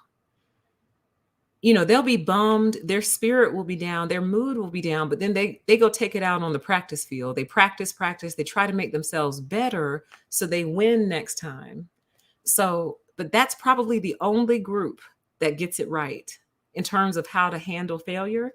Every other group, when they fail, their instinct is to basically essentially lash out to make up for their wounded pride and their wounded ego. Okay. So the reason he brought this up is he was saying that apparently we were losing the war in Vietnam. And again, I openly acknowledge my historical gaps and I apologize for not being more sound with my historical knowledge. But apparently we were actually losing the war. But the propaganda coming out was that we were winning when in reality we were losing. So here it says on page 226, failing in its mission, which was to kill in the first place, the group leadership was all the more hungry for blood. Okay. So in other words, they were embarrassed. Oh, that's right. That's what it was. Because this small, what we would call third world country was whooping our ass, weren't they? Like they had all kinds of I guess you could call them booby traps. So we were taking on a lot of casualties. And here it was, we're this so-called first world nation with all this technology, but we were getting our asses kicked by a third world country. Is that what it was? Well, anyway, that caused narcissistic injury and embarrassment. So their solution was to shed blood, basically. And my lie was that solution. Chat says, yes, we were losing. Okay. So to make up for it, they went and killed all these people to make themselves feel better, basically. So one way you could look at this and bring it kind of current, we all know that there are cities in America that have pretty much ongoing violence issues. And people always wonder, why so much violence? Why so much violence? Why won't they stop the violence? Stop the violence. Why? Why is this happening? Well, part of the reason it's happening is because much of this violence is groups committing violence against each other. One gang committing violence against another gang. So here's what happens when, first of all, it all started when they went to go get back somebody else for something else that had happened. But anyway, it continues because if you're gang A and you get attacked by gang B and everybody hears about it, now you're embarrassed. Now you're a public failure. Now everyone knows that your gang got attacked by gang B. And if you let that stand, the history books will show that gang A got attacked by gang B, lost, and never recovered from it. So now gang A basically has to restore their good name. They basically have to defend their honor, basically, in their mind. We know that they really don't have to. We know that they don't have to go get back. We know that. We know they could just say, you know what? Let's just end this. We lost, take the L and move on. Nope, it's not how it works. How it works is, wow, we just got publicly embarrassed. So instead of us packing our ball up and going home, now we have to go retaliate to essentially, make up for the fact that we failed in our mission. You see? And because keep in mind, he said that one of the primary traits of groups is that they tend to develop a certain group narcissism. So their group narcissistic pride was hurt. They can't let that stand. So then they have to go retaliate. So now gang A goes and gets gang B back. Now gang B is embarrassed publicly. Like, wow, didn't y'all just get them the other week and they came back and got y'all? Y'all are just going to let that stand? And on and on and on and on and it goes. The only way it'll ever end is if one group finally says, you know what, we're done. No, yeah, we took an L. Yep. Yeah. Oh yeah, they got us. They got us good too. But we're not participating anymore. We don't feel like it. Tired, exhausted. And that would have to be it. That is literally the only way it would end. One side just has to stop, basically, and has to be okay with letting the other side walk around gloating. But that's a sign of maturity. Maturity can let somebody else win. Maturity knows that sometimes other people win, and it's okay. But that's hard. That's why it's maturity. Most people are immature. They want to win. They have to be number one. They have to be on top. And if something like that gets threatened, they'll do anything they can in their power to wipe it out. Okay. But in the healthy organism, failure will be a stimulus to self-examination and criticism. Okay. As I've shared with you guys many times before, it is super hard to hurt my feelings. It is. Because first you have to know what's super important to me, and you don't. So, but more than that though, like I hurt my own feelings. So what could you ever say to me that I either haven't said to myself or said something worse? So I hurt my own feelings, and I use my failures, and I study my failures, and then I improve upon my failures. And that is the only way that I get better year over year as a person in general. Like I literally sit back and meditate on my failures and meditate, okay, if I had chosen this, what would have happened then? Then what would have happened? You know, like I think about it, and my goal is to improve every year, to improve something. Like if I came into a windfall, like if I won the lottery or something, literally my life would be like, what's the word? I don't know. The practicality of my life would go through the roof. Like, because my mind just thinks in terms of the practical, like the different things that I need. So here's a perfect example. If I ever came into money, obviously I'd get a house. Y'all know that I've been wanting a house of my own for the longest. But I would get it set up to where I'd have them set up a second washing machine and dryer. That's what I mean by my practicality would go through the roof. So, and the reason I say they'd have to set it up is because, like, you have to have the plumbing for it, for the washing machine. And then I think you even have to have the dryer hose has to be set up a certain way to vent out to the outside or something. I don't know all these things, but I would pay somebody who does know these things to build that for me. Build me a second washing machine and dryer. Because you guys, when your first washing machine and dryer are occupied, you could be starting on the second. Then when that load finishes and the other load is still drying, you can take that load and put it in your second dryer. Don't get me started. Do not get me started. Like, oh my God, that would be heaven on earth for me. Just going between two sets of washers and dryers on a Saturday. The things that make me happy, the visions, the built-ins. Oh my God, so many built-in bookshelves. Let's go. Page 226. But since the evil individual cannot tolerate self-criticism, it is in time of failure that he or she will inevitably lash out one way or another. Yeah, the Jetsons lifestyle. Absolutely. Oh my God, y'all have no idea. Like, I'd want to live with me. Like, oh my God. I want to live with me now, but then, oh my gosh, like, I would never leave me. All right, let's go. The individual cannot tolerate self-criticism. It is in the time of failure that he or she will inevitably lash out one way or another. Chat says, I can get it. I do that at the laundromat. I've debated that before, actually. I said, what garments would I not, would I be okay if I left them up here for a few hours and forgot to come back? So I've been debating like doing my towels like that, just taking my towels to the washing machine or to the laundromat and letting them process there while I do everything else at home, just to cut the time in half. Y'all, please don't get me started. Y'all know this is one of my topics. Check out Pettynomics somewhere in the YouTube galaxy. I don't even know how to log into that account. But there is another channel out here called Pettynomics. That's mine. that some of you actually miss. And that actually is so near and dear to my heart. The fact that some of you miss that channel. I might revive her someday. But I decided to go one at a time. I said, this year I'm going to focus all my attention into a deeper PTE, build her up a little bit. Then I'll see if I can get my password for Pettynomics to get back into her and build her, so forth and so on. But anyway, yeah, I have efficiency dreams.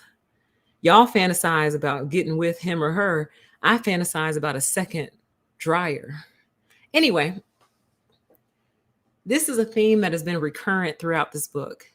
Pretty much that the number one problem that these people have is that they cannot tolerate criticism of any kind, self or otherwise.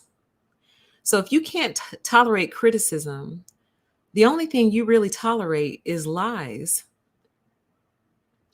And that, among many other reasons, is part of the reason I had to get out of my most recent employer. They were more interested in lies. They liked lies and lying, and they enjoyed creating false realities for themselves and for other people.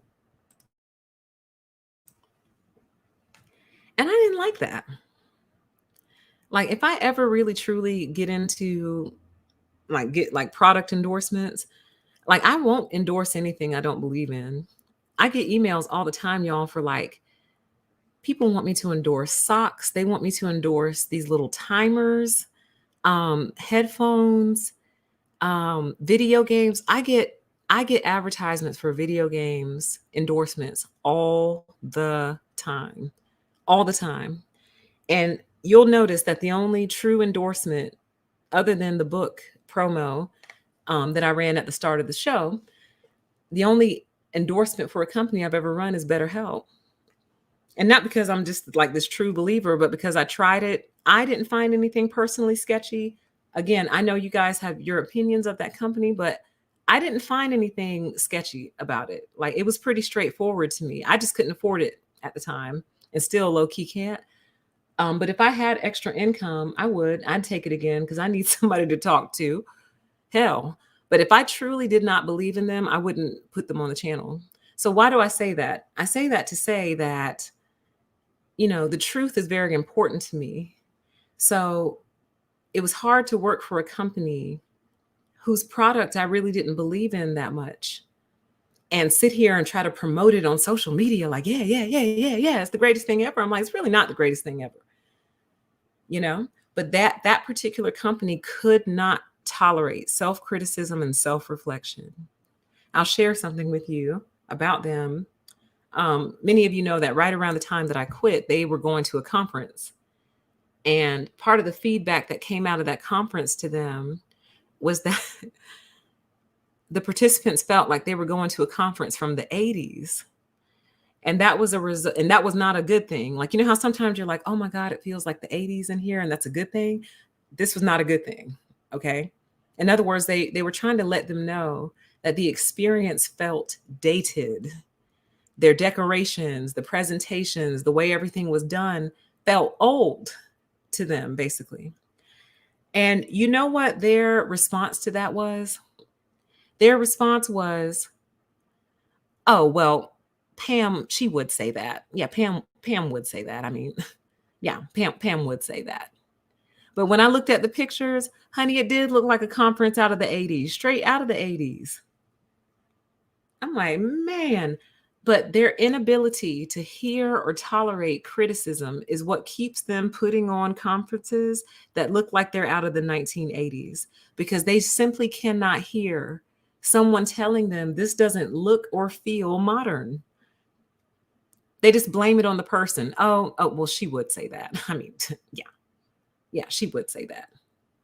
No, they don't. Chat says narcs never change their old ways of doing things. They really don't. Until one day somebody puts them right out of business, and then they wonder why, but then they'll just blame the economy. Like, yeah, we went out of business. We lost all our money, but the economy was just really bad at the time. No, it's because you were putting on conferences straight out of the 80s. Okay? That's why. but they can't take it, y'all. And I'm telling you, and I know I've said this before, but I'll have to keep saying it until it sticks. Like, the secret to success is the ability to be completely honest with yourself. Honest with yourself. 100%. Like, if you lie to yourself, you will never be successful. You will reach a certain level of success. You can get to a certain level of success with self soothing and self lies. But by and large, you're not going to get very far if you keep lying to yourself, because that is the only way you can make changes that fit and changes that start to move you forward. If forward is where you're trying to go, if you're trying to stay in the same place and stay stuck, by all means, keep lying to yourself. Please keep lying to yourself. But if you're actually trying to improve and grow and change, like, radical self honesty is the only way. And it hurts, but again, it's what produces change. You know what I mean? And I'll give you a perfect example. And I think this is such a fascinating phenomenon, but I can't tell you how many content creators do not watch their own shows. They don't watch their own shows. They do not listen to their own content. And you can tell. I cannot tell you how night and day it is. The content creators who don't listen to their own playbacks and the ones that do, it's night and day. Night and day. And the reason is because as you listen to your own playbacks, like, I'm a human being too. So when I'm listening to the playback, I'll be like, ooh, that was too loud, or, oh, that was too quiet, or, I didn't really like the way that looked, or, I didn't really like that transition. Like, I don't know if you all have noticed, and I probably shouldn't bring it to your attention. I shouldn't bring it to your attention, but I already brought it up. My smacking has reduced, but I would say by like 80%. And the reason is because I would listen to my playbacks and be like, oh my God. Wow. Wow, Smacky. Wow. You would think is another language in the English language. But I didn't realize that I did it. I did not realize that I was a smacker the way that I am. And it's funny because when I'm really thinking strongly is when I smack the most. So it's kind of a trade-off, because when I'm really in a very deep stream of thought, I smack like there's no tomorrow. But I checked myself on that. And that came from listening back to my own playbacks and feeling the cringe and knowing that I can't take it back, like, it's out there. So if you don't want to put out stuff that makes you cringe, you need to not do that in the future, lady. So I stopped doing that. It still does happen from time to time. I really can't help it. I think it's also just because I have very big teeth. But I make a conscious effort not to smack because I don't like it. I know some of you don't even hear it. You will now because I brought it to your attention, but I don't like it. So that's what I mean by radical self-criticism. I don't like that. So I try not to do it. You see? But I am telling you, it is super obvious, the content creators who listen to their own playbacks and the ones that don't. It makes a night and day difference. So if you are a content creator listening, trust me, I know it's hard to hear something that you know you can't change. You know you can't fix it. Although it's not entirely true. You can edit live streams, but when you edit the live stream, it takes your live chat away. It makes your live chat disappear, which YouTube, please fix that. Please. Like, oh my God, like, that's so stupid. Because you know what I would do? If I could edit the live streams, I would edit the intro songs out, because there's really no need for the intro song to be there on a replay. The reason the intro is there is to give people time to get here, because YouTube takes a couple of minutes to send the notifications out to everybody, if they even send them at all. But once the live stream is over, I don't need the intro song there anymore. I'd probably leave it on People of the Lie though, because it sets the mood. But all the rest of my streams, I would take it off. There's no need, but I can't. Anyway, I'm drifting. All right. But once again, this theme of the evil not being able to tolerate criticism, It comes up over and over again. It really does. And the craziest part about it is um, they live in such a bubble of lies. Let me go back real quick. They live in such a bubble of lies that if you're an honest person, period, you will start to shatter them regarding the smallest of things, you guys. The smallest of things.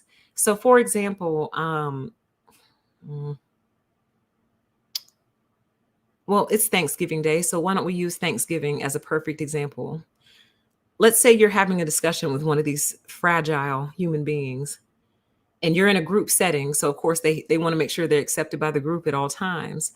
And you say something like, oh, yeah, I've never liked cranberry sauce. And I actually don't like cranberry sauce. Haha. Funny. I know some of y'all love it. I just don't get it. It's Jello gone wrong to me. But anyway, you say something like, "Oh yeah, I've never liked cranberry sauce." The evil cannot tolerate truth at any time, you understand? So when the evil person hears you say, "You don't like cranberry sauce," they immediately go into cleanup mode.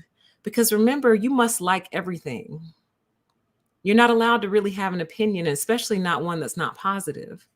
So, and it's not that they're trying to protect someone who like makes cranberry sauce, like their mom makes the best cranberry sauce in the world. And they don't want their mom to hear that someone doesn't like cranberry sauce. Not about that. It's simply about, let me not get you into the habit of telling the truth around us. Like you're telling the truth about something small, you'll probably tell the truth about something big. And we can't run those kinds of risks. We're sitting on a lot of lies over here, okay? This is a house of lies, okay? So you walk up in here telling the truth about how you feel about something small. You might mess around and get comfortable and start telling the truth about how you feel about something big. And we can't have that. So what they'll do when you say, oh yeah, I don't like cranberry sauce, I've never liked it. They'll say something like, well, cranberry sauce is good. And you're like, oh, yeah. I mean, I'm sure you like it. I see people put it on turkey and I see them put it on stuffing. I've tried it. I just don't particularly care for it. That's all. Well, I mean, cranberry sauce is good, though. You would agree with that, right? And it's like, well, no, I don't think it's good, but I know a lot of people think it's good. Yeah. So then you would agree that cranberry sauce tastes good, right? Yeah, to some people. And literally, y'all, a conversation like that could go on for 30 minutes because all they're trying to get you to say is that cranberry sauce is good. That's it. They're trying to get you to go back on your original truth-telling thought process. And it's so innocuous, like it's such a simple thing. Like we're talking about cranberry sauce. It was a throwaway comment, you know. Somehow the topic came up and you're like, oh yeah, I actually never have liked cranberry sauce. Tried it, not my thing. And they can't just let it stand because you just told the truth and you can't do that. Yeah, you must comply. The chat says you must comply. Absolutely. So they're going to hop all over you to get you to finally admit that cranberry sauce is good. And if they have any, they might actually go get some and bring it out and try to get you to eat it and taste it. Y'all think I'm playing with you. I know you think I'm joking and being sarcastic and exaggerating. I'm not. I promise you I'm not. Like they cannot tolerate you expressing your true thoughts about anything, you guys, even if it's something small. So can you imagine how they act when it starts to come to things that deal with them and their issues? And you see what I mean? Like it escalates it to a whole nother level. You understand? So let's move on. We just talked about this. Failing in its mission, the group leadership was all the more hungry for blood. So in other words, they already look bad. They failed in their mission. And instead of them just taking the L, tucking tail and going home, they decided to make up for it by killing that whole entire village. Yeah, absolutely. The chat says you are threatening their existence, PTE. Absolutely. Absolutely. Because again, they sit atop a bubble of lies, and you must believe in the rainbow. So if any of you remember that Skittles commercial from a few years back, um, there were two teenagers sitting on top of a rainbow high above the sky, and they were eating Skittles.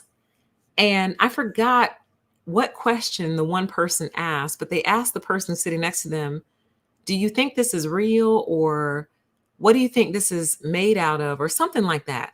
And as soon as they asked the question, they fell through. And then the marketing tagline was, you must believe in the rainbow. So in other words, the second that they stopped believing that the rainbow was there, they they fell through to the bottom. Same thing with the narcissists, evil people and their lies. You must believe in the rainbow. And if you don't, you are going to fall through to the bottom. Okay. They're going to push you off.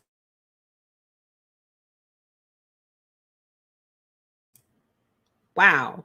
I just looked at the chat. It says, when my mom was on a diet, her sister-in-law chased her down with a piece of cake. You see what I'm saying? All right.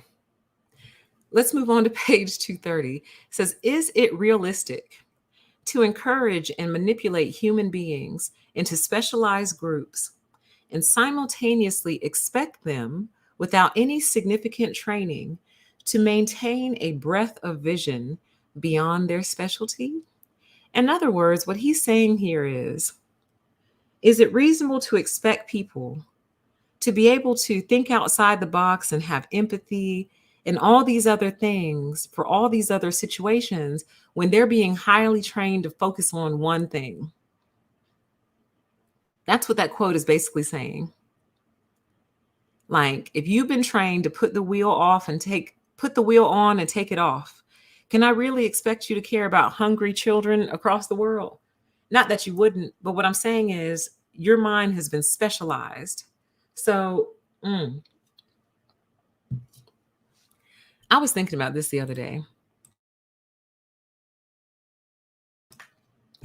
I bet spouses go through this a lot. And the spouse could be the husband or the wife or whomever, where when you met them and you got married to them, they were one way. They were their real selves. But then they started a certain job and they completely changed as a person and never came back. Either they never returned or they returned after they quit that job. This would be an example of someone's mind becoming specialized. So you're highly trained, you're put into this very specific group. Can you really be expected to think outside of the box and think about other things in life when this is your specialty and your super focus? So that's what he's basically asking with this particular question. Okay. Is that a realistic ask? You know, be a highly trained military killer, but have empathy when you get home. You know, have kindness of heart and gentleness of spirit when you get back home. So then on page 231, he starts to get into the public. He starts to get onto the public a little bit because he was basically saying that the military wasn't alone in carrying out this atrocity, that the public itself had a lot to do with it. And what the public had to do with it was the simple fact that they could look the other way. And the way he puts that was, since they were not personally involved, the public was mostly content to let the killers they had created do their thing. The public did not begin to assume responsibility for the war until we ran out of specialists. So he actually put forth a very interesting theory. And I didn't put it in the show because I thought it would cause too much controversy. But he was basically saying, and I actually think it's an interesting theory. I don't know if I agree with it, but I think it's interesting. He was saying the reason that we end up with so many atrocities committed by certain groups of the military or members, the different stories we hear coming out of the military, is because pretty much these days, everyone who's in the military self-selected to be there. So in other words, they voluntarily went. And he said, anytime you have a situation where people can voluntarily go join a certain group, it's only a matter of time before that group becomes evil, basically. Now, that's me paraphrasing. That's not what he said. That's not what's in the book. But what he's basically saying is because you already want to be there, you're already kind of inclined toward all of these things. Does that make sense? So think about something you really, really, really want to do. I can't think of any examples off the top of my mind, but it's something that maybe is not necessarily easy either to get into or accomplish. But think about something you really, really, really want to do. Now imagine you suddenly have the opportunity to do it, you and 30 other people. You and those 30 other people are of like mind. You're of like mind, like interests, like motivations. And because of that, you're going to be so much more prone to group narcissism, group pride, the creation of a collective enemy, group immaturity, lying, trying to protect your persona. It's going to happen quicker with you because you wanted to be there. So the theory that he put forth in this book, which again, I'm not saying I agree with, he was basically saying that all military service should be compulsory, meaning, and the way he set it up was interesting. He said every American citizen has to basically do their time of service in the military. So you would graduate from high school, go into the military for 2 years, and it's kind of like you've done your civilian service. And he said that that is the only way to prevent these specialist groups from forming. Now, hearing that, of course, we would always all be like, oh, hell, I'm not going to fight any war for you, right? But I think he was also saying that it could be applied differently. So you could have like military mechanics, military accountants. Again, I'm paraphrasing, adding to this. But then it made me think of this, you guys. You know how we were talking about corporate cults? We did our whole corporate cults review. It made me think of this. What if the problem is that pretty much everyone at a job self-selected to be there, with the exception of when the recruiter calls you, right? Which almost could be a form of self-selection because the recruiter selected you for themselves, right? What if the reason corporations have so much trouble with bullying and corporate cult behavior is because everyone's self-selected to be there? What if the opposite situation was more of a raffle? Meaning, if you have the skill set, like you're not going to get hired to be the CEO if you've never even managed a small team before, you know. But what if, let's say you are a computer programmer. What if instead of all this silly little elaborate interview process and 3 interviews and submit a work product and this, that, and the third, what if they just put your name in a hat and pulled from the hat? And that is how they hired people. So again, I'm not saying hire unqualified people. That's not what I'm saying. What I'm saying is if you're hiring for an accountant, or let's say you're hiring 3 accountants, you get 20 applications, they all check out as far as experience. You put them into a literal hat and you have a raffle, and you reach down in the hat and you pull a name out, and that's who you hire. And what that does is take away all this personality foolishness that keeps getting people in trouble, because they're truly selecting people who they like for themselves, not necessarily who would be good for the company. And in doing so, in selecting people that they like, or in selecting people who fit the corporate culture, they are creating these evil, wicked little groups, because this is what groups do. This is how they act, especially if they want to be there with each other, if they self-selected, versus randomness. That's what I'm basically trying to say. Self-selection versus randomness. So imagine if that's how you got jobs. You basically just put your name in the hat for that job according to your particular group of skills, and they just reach down in the hat and pull the name out, and that's who you hire. I bet you, guarantee you that will work out 10 times better than this interview process. It would go faster. It would boost the economy because people wouldn't be sitting around waiting to find out whether or not they got hired while you all deliberate like a jury behind the scenes on who you're going to select to be a member of the cult next. Because that's really what it is. It's cult member selection. Like if I'm hiring somebody and I need them to focus, I might hire somebody that they don't like. So they'll leave them alone so they can focus. Because if you like them, you're going to keep bothering them because you want them to be part of the group.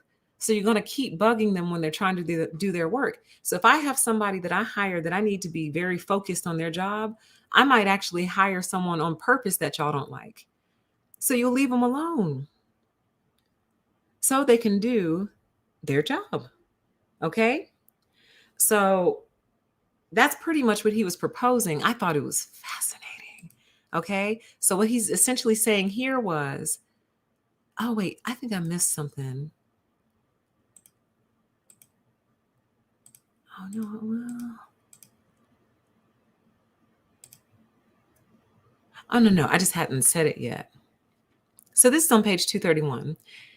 It says, since they were not personally involved, the public was mostly content to let the killers they had created do their thing. The public did not begin to assume responsibility for the war until we ran out of specialists. So in other words, when the draft started. When the draft started is when the public truly began to care about the war, because then it began to affect them personally. So in other words, it's much more easy to be evil when you don't have to do your own dirty work. That's the other point I wanted to make on this slide. So it's almost like a lot of people eat meat, right? Including myself. But if I had to hunt down my own meat, I would become a vegetarian overnight. If I had to hunt down, kill, bring home and clean my own meat, I would literally become a vegetarian overnight.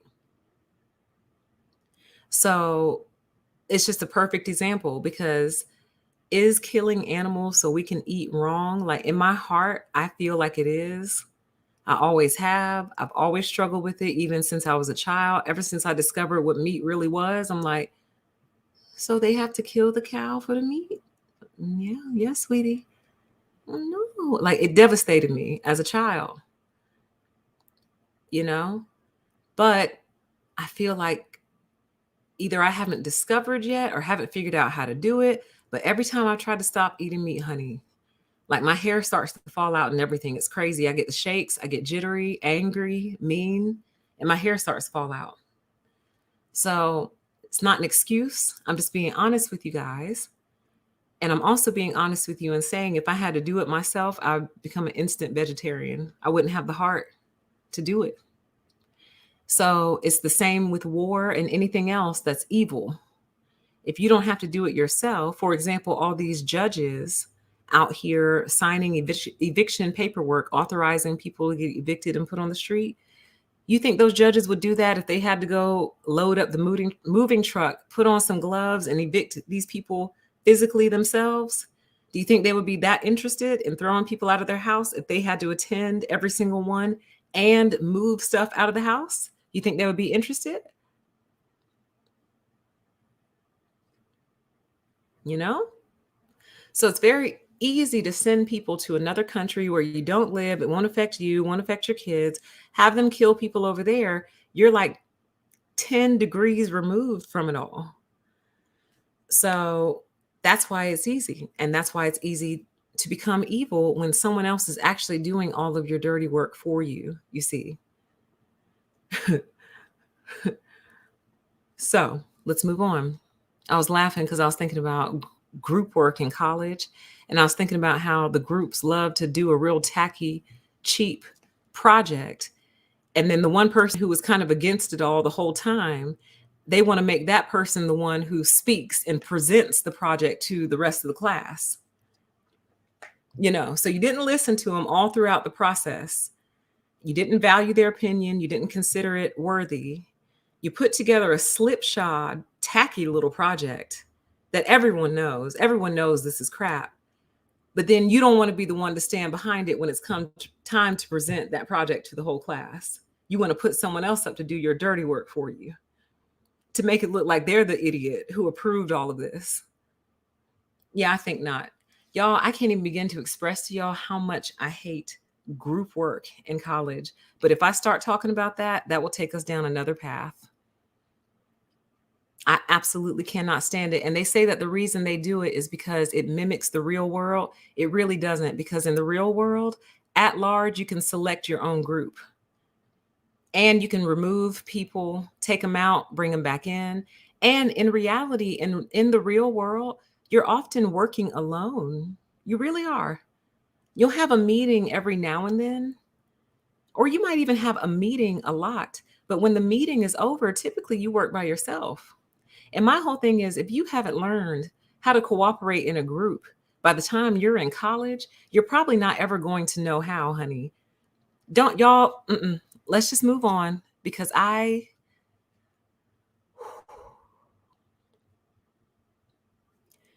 this is on page 232. If we must kill, then let us honestly suffer the agony involved ourselves. Otherwise, we will insulate ourselves from our own deeds, and as a whole person, or excuse me, and as a whole people, become like the individuals described in the previous sections, evil. Right? For people, you hear about the stories on the true crime shows, the people who hire hitmen. You think they'd be able to do it themselves? Obviously not. That's why they hired hitmen. You know? Like, you got to do the dirty work on your own. That's what keeps it close to the heart and keeps it real for you. So here's an example that has absolutely nothing to do with war and killing or anything like that. Wow, I just looked at my clock. It's 11:11, right on the dot. But this has nothing to do with war and killing, but this might sting. I might step on some toes in the chat, but you need to hear it. This is how we prevent ourselves from becoming evil, right? Some people can afford to have their houses cleaned by another human being on a regular basis. That could be once a week, once every 2 weeks, once a month, whatever, right? But frequent, not like once a year, like frequent, like once a week. Some people. And that is a luxury. And if you got it like that, that's wonderful. I think you freeing up your time is great. But here's the issue with that. The more you do that, the more evil you become. Why? Because you have separated yourself from the agony. You have separated yourself from the dirty work. You have separated yourself from the pain of cleaning your own house, and you've put it on someone else. Now, yes, you pay them for it. But what happens over time is that spirit of, I don't feel like doing it, translates into everything else. Because most of the people who pay to have their houses cleaned on a regular basis, it's not because they're so busy. It's not like they have so many different things going on that they literally can't clean their house or they'll lose money. Like, if they stop to clean their house, they'll lose money, period. Most people are not living lives like that. Okay? Most of us cannot honestly say that. It's a luxury. It's so they can go sit on a boat, so they can go sit on the beach, so they can go to the movies. You see what I'm saying? So they can just go do something else, right? And again, I'm not mad at you for that. Nothing wrong with that, especially if you don't know what you're doing. You might as well let someone else do it. But the problem is, what it turns you into is basically a louse. It turns you into a louse, to where you just can't be bothered to do anything for yourself. You can't cook for yourself. You can't clean for yourself. You can't do your own hair. You can't do your own makeup. You can't wash your own car. You can't clean it out. And then eventually that becomes, you can't do your own work. Like, if you actually have a job, you can't even do that, because you don't challenge yourself to do anything hard ever, anything difficult ever. That's what it becomes. So when he says, if we must kill, then let us honestly suffer the agony involved ourselves. Otherwise, we will insulate ourselves from our own deeds. And as a whole person, become like the individuals described in the previous sections, evil. So, if you're grossed out by your own house, but you let someone else clean it for you. Well, they are grossed out by your house now. So they've suffered the agony, but you haven't. So you just continuously remove yourself from painful situations that you created, though. You created that painful situation and you let someone else clean it up for you all the time. That's going to create an evil person. Look what happens to the kids who sit on video games from the minute that they can like speak, and their moms like bring them chicken nuggets, do their laundry, clean their rooms from when they'll let their mom in there, because God forbid she comes in the middle of like a stream or something, right? They usually turn into people who are completely unable to do anything for themselves, anything at all. That's what it morphs into. He can't make his chicken nuggies. He can't clean his room. He can't make his bed. He can't wash his drawers. He can't until he just can't.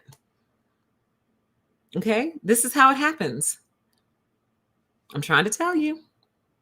And listen, I'm not judging y'all. Like, I order DoorDash all the time, multiple times per week.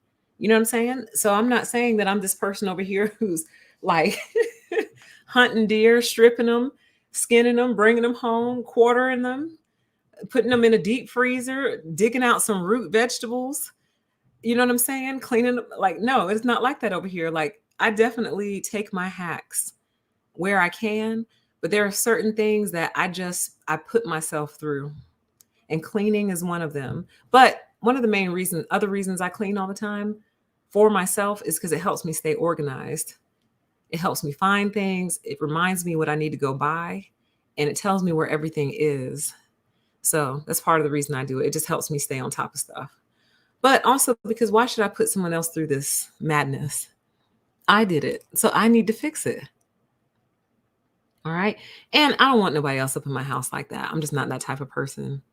I'm not the type of person to have you upstairs like cleaning off my dresser when I'm downstairs doing nothing. Like, that's so weird to me. But anyway, page 236. Again and again, we have noted the birth of evil from a condition of threatened narcissism. Remember that this book was published in 1983. 1983. So this problem of narcissism has been plaguing us for a very, very, very, very long time. So, like, I think it's interesting and fascinating that it's been part of the conversation, but just not on such a wide scale as it is now. But it says again and again, we've noted the birth of evil from a condition of threatened narcissism. So it almost seems like what he's saying here, it's almost like he's implying that narcissism isn't evil, which I would absolutely disagree with. But that seems to be what he's implying, that the evil doesn't come out until the narcissism is threatened. So that's interesting. So then the question would be, if the narcissism is not threatened, will the evil come out? But I guess it doesn't matter, because if the evil is there and it just needs to be teased out, that's good enough for me. Like, I don't care if it's teased out or not. If it's just sitting there waiting to be activated, then I don't need it around me. Don't need it around me. Okay. But I thought this was very interesting. Again and again, we've noted the birth of evil from a condition of threatened narcissism. So the last thing you should do or could do to a narcissist, or should is what I should be saying, the last thing you should do to a narcissist is basically threaten their narcissism. And the worst part about the narcissist is that you can threaten it without even trying. You can threaten it without even trying. And that's the scary part about them, because some of us might have thought, well, if I just learn how not to set them off, then I'll be okay.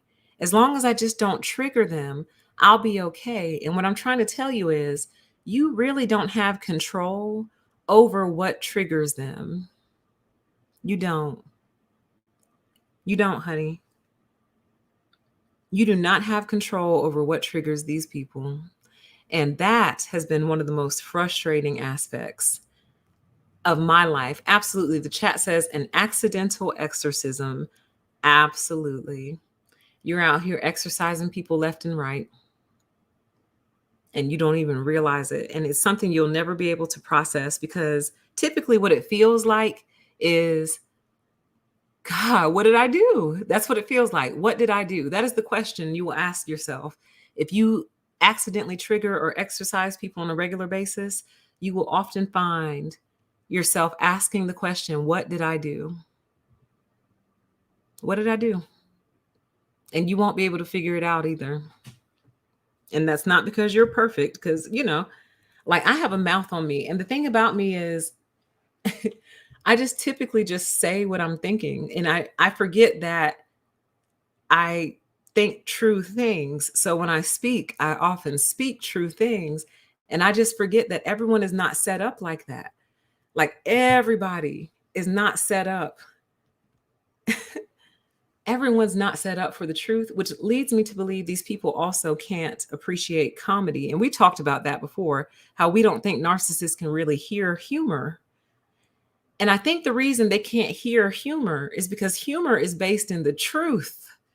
The thing that makes humor and comedy so funny is that it is based in the truth. So, like, the funniest comedians are really the ones who, like, keep it real. You know what I mean? They tell the truth. So if you're a person who lives in lies, it's no wonder you don't see, hear, or understand comedy, sarcasm, humor, dry humor. They don't get it. Like, they'll make you feel slow. Like, God, am I slow? Am I the slow one? Do I have the deficit? They'll make you feel that way. It's like dealing with a Borg. God. So anyway, let's move on. We still got a ways to go, baby. This is why this couldn't be the last show, because we are 2.5 hours in and we are still, let me see. I shouldn't touch anything, because when I go touching stuff is when stuff messes up. Oh yeah, we got a little bit. We're almost to the end. Okay. Then we'll do a very short after show. And then I think I'm going to take a nap, because the itis never went away. But I think I'm doing okay. For someone who has the itis, I think I'm doing okay. All right. So, page 240. Individuals and nations cling to obsolete and outworn ideas, not simply because it requires work to change them, but also because in their narcissism, they cannot imagine that their ideas and views could be wrong. Oh. Individuals and nations cling to obsolete and outworn ideas, not simply because it requires work to change them, but also because in their narcissism, they cannot imagine that their ideas and views could be wrong.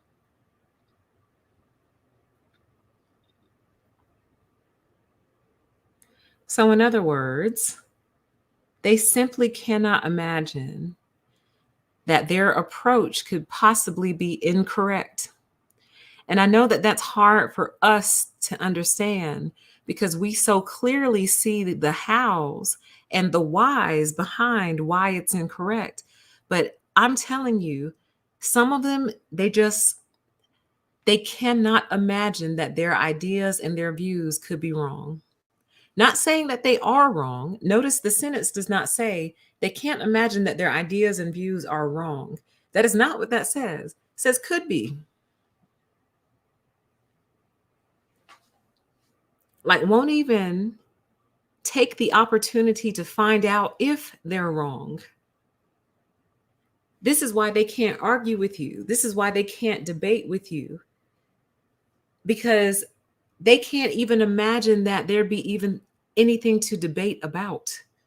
What are we debating about? You see? So, one way that I've explained this before in the past is I've said, in regard to my college ex, when we finally broke up, And he was like, so is there any chance at all? Or, are we finished? I said, the only way we could go forward is if you could describe to me what's wrong. And you could actually put it into words, why I'm upset. And you know what his response to me was? You're upset because you're a woman. Women are always upset. And I said, okay, bye. Bye. Goodbye. And that was it for me. I was done. After that, I was finished. I was through because I knew he wouldn't be able to articulate why I was upset, and not for me not having ever told him. I had told him in every way I knew possible. I tried to describe in every way that I knew possible what was wrong. And it just went in one ear and out the other because he couldn't imagine that his ideas and views were wrong, or could be wrong, rather. So I said, if you want us to continue, you'd have to be able to explain to me why I'm upset. And he couldn't do it. His only answer is, you're upset because you're a woman, and women are always upset. Oh, yeah. Chat says he's probably MGTOW today. I think he was original MGTOW. He was one of the, literally, like the curators. Not a content creator. What I mean is, he was among, when the internet was first budding and becoming a thing, he was among that first group of men to kind of pick up on this ideology. So he just simply could not imagine that his ideas and views could be wrong. And if you are dealing with someone who can't imagine that their ideas and views could be wrong, you'll never get anywhere with them, you guys. You will never make any progress at all with this person. You'll never move forward, because to them, their life is correct. Their approach is correct. They don't see anything wrong with it, and they're not going to change it. And truthfully, fine. I mean, the name of this channel is Permission to Exist. You have the absolute right to lead yourself off of a cliff. That is your business. However, the narcissist often wants you to come with them. And when you say, no, I'm not going with you over that cliff, they get mad. And when you try to explain with them why you're not going with them, they typically just get angry, like shut you out and storm out of the room. So, like, you know what I mean? Like, you have to understand that you're essentially dealing with a very sentient brick. Okay? A sentient brick. All right. So this goes on to page 243. It says the citizenry was simply too lethargic to become aroused. So he was trying to figure out in this part of the book why people weren't more horrified, why they weren't more upset about what was going on, why they were content to just let the government go over here and do all this stuff. And what he was basically saying is that human laziness and narcissism play into that, and that it was all basically just too much trouble. So, in other words, they wanted to care, but caring is a lot of work, Caring is a lot of work. It's takes a lot of energy, when really all I want to do is sit on my lazy boy and turn on my big screen and watch a little football and drink a little beer and hang out and chill. And, caring is too much work. And I cannot tell you all how much this applies to our current state and our present situation. However, I try not to discuss that on this channel. I'll get more into that on my other channel, A Deeper PTE. But I can't tell you how much this applies right now in regard to the haircut. Like, I think deep down people know that what's happening is wrong, but they're just simply too lethargic to be aroused by it. They just don't care. They're jaded, lazy. Laziness is going to be the death of us all. Okay? Truly. Laziness is a major problem and a big issue. It's just too much work to get aroused, So, yeah. These are the people for whom things are too much work to get aroused are the equivalent of like frogs or whatever it is they put in a pot and turn the heat up slowly. That's you. That's you. And you won't go hopping out of that pot until it's too late. Page 243. By allowing ourselves to be easily and blatantly defrauded, we as a whole people participated in the evil. So he was referring to the Vietnam War in this particular quote, but this can be applied globally. And by globally, I mean universally. And by universally, I mean across the board. By allowing ourselves to be easily and blatantly defrauded, we as a whole people participated in the evil, right? So there's a huge fight going on right now, nationwide and really worldwide. And there's a lot of people who just simply cannot understand. They can't understand the fight. They don't get it. But the fight is because we are collectively being defrauded. And if you allow yourself to be defrauded or cheated, basically, or lied to, basically, you are participating in the evil. You are. You're 100% participating in it. And then the people who defrauded you have no respect for you because you allowed yourself to be easily and blatantly defrauded. So it makes it that much easier to do it again the next time. But it's a hard pill to swallow that you participated in your own evil or participated in the evil. You see? So this is something people do not want to accept their role in bad things.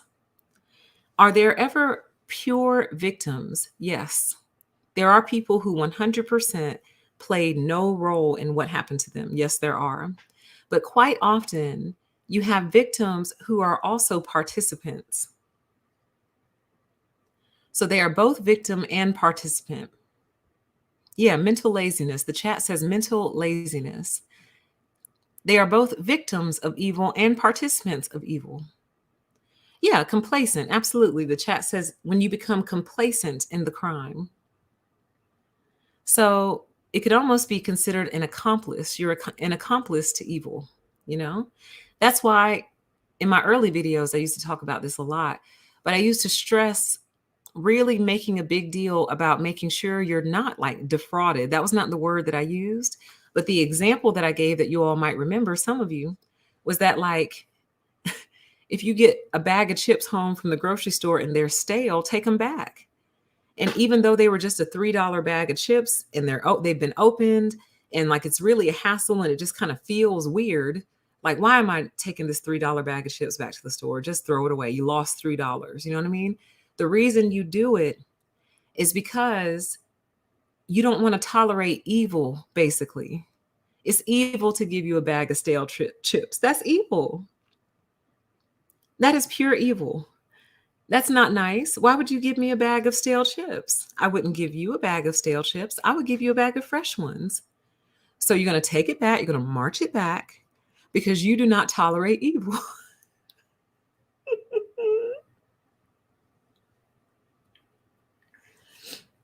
And it's a silly example, but it's true though, because it just scales upward from there. So you don't take the $3 bag of chips back. You don't take the $30, I don't know. What's $30 these days, y'all? I don't know. You don't take the $30, I don't know, thing back. Then eventually you don't take the $300 fill in the blank back. You just always, always, always tolerate being defrauded. Always. You're always being defrauded left and right. You won't write a letter. You won't make a phone call. You won't take a survey. You won't do anything. YouTube just ran a major survey for content creators the other day, and I was blown away by some of the questions that they were asking. And I was on there just lighting it up. And I know there are so many content creators who won't take that survey or they won't answer it honestly because they are afraid of what YouTube will do to them if they are honest. I do not care. I don't like participating in evil. And if you're doing something evil to me, I want to let you know. And there's pretty much no other way to contact these people. So if this is the only way I can let you know that I don't like this particular evil that you got going on, I will. Hell, they've already affected my channel. You see what I'm saying? So you can't be afraid. You can't be so scared of what someone is going to do to you that you let evil prosper. You see what I mean? Someone's threatening your job over a very principle-based issue. You're supposed to let that job go, honey. Because to stay and tolerate the evil is what creates the evil and lets it prosper, lets it grow,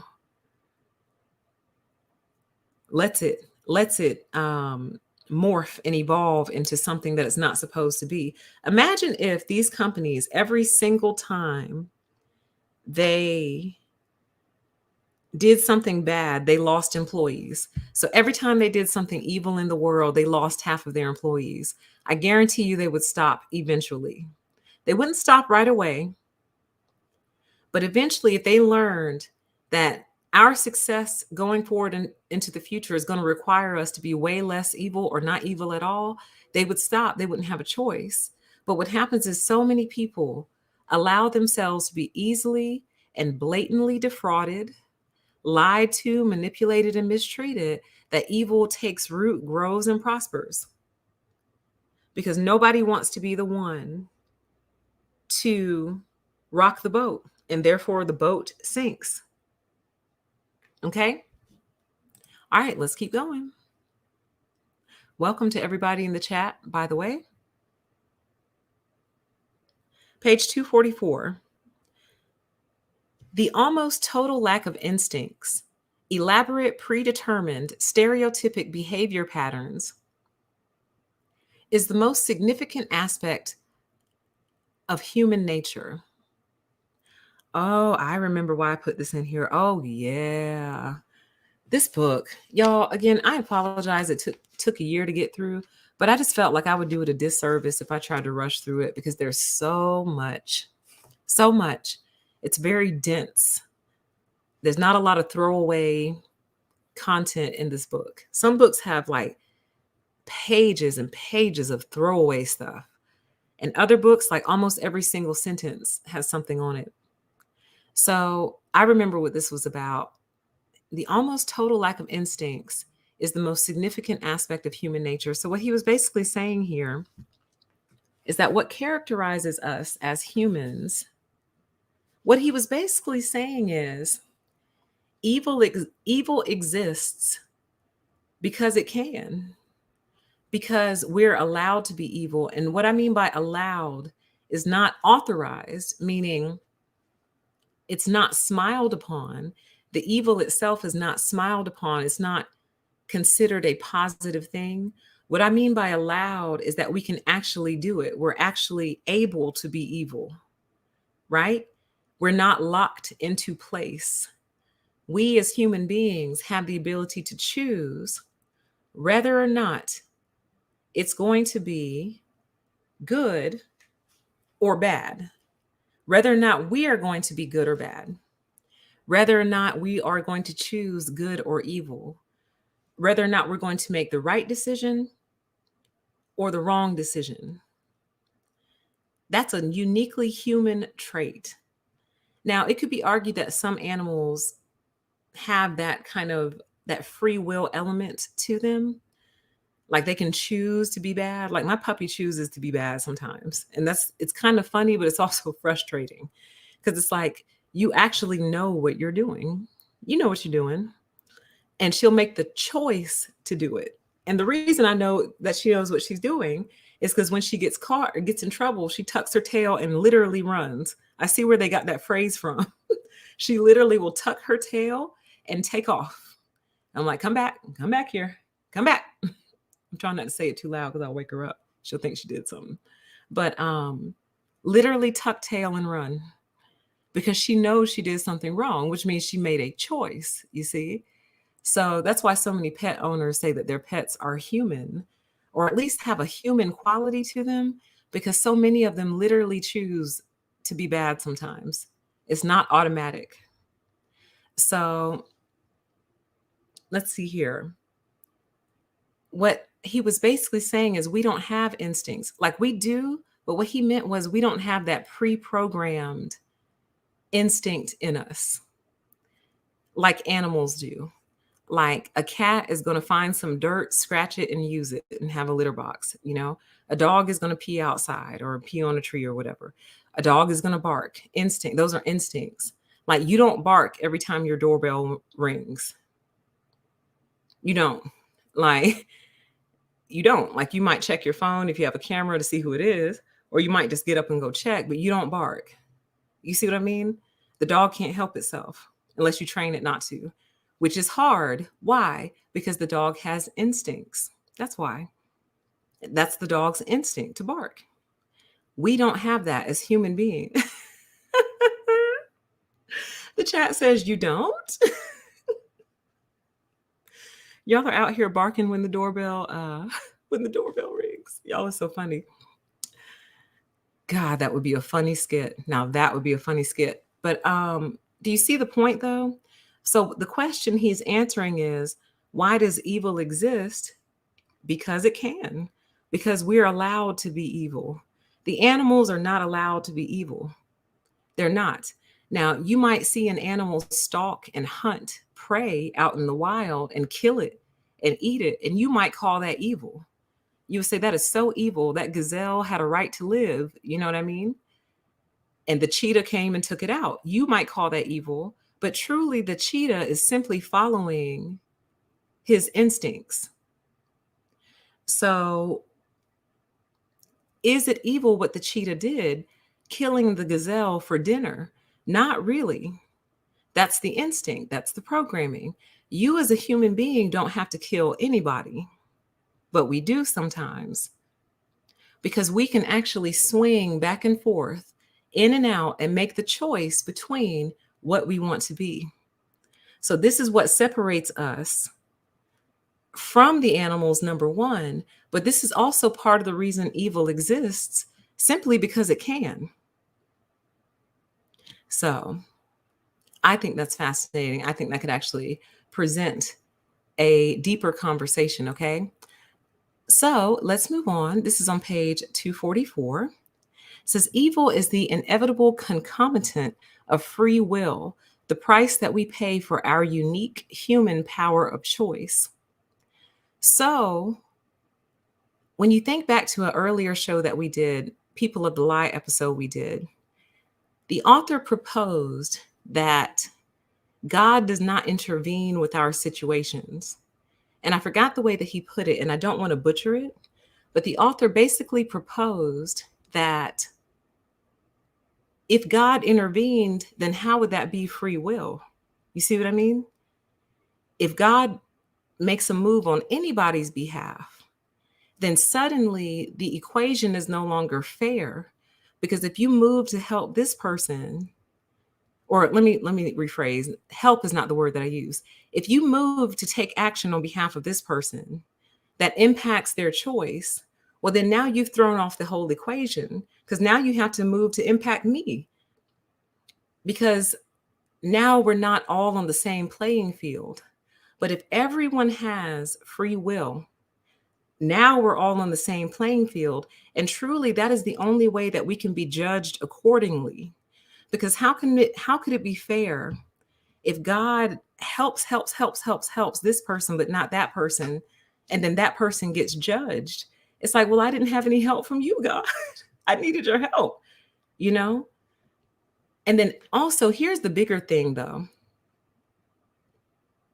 How does God know, or how will God know who really loves him if God is making all your choices for you? You see what I mean? Like, you have to sit back and observe. It's almost like you have to watch someone without them knowing that you're watching. Because if they know that you're watching, their behavior will change. They will suddenly either stop doing what they were doing that was wrong, or they'll do it differently. They basically won't react with their natural instinct, even though he just said we don't have instincts. You guys get what I mean? Their natural response. They will not react with their natural response if they know you're back there watching. But if they don't know, They're going to behave naturally. Naturally. God, it's one of the best strategies on planet Earth, I'm telling you. One of my favorite things to do is to sit back and pretend like I don't notice something.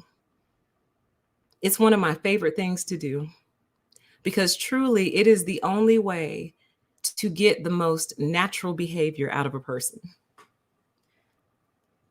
If I could give you life advice, it would be if you notice a problem or an issue, as long as it's not something life threatening, life or death, or something that's going to end up costing you money or creating big problems for you, right?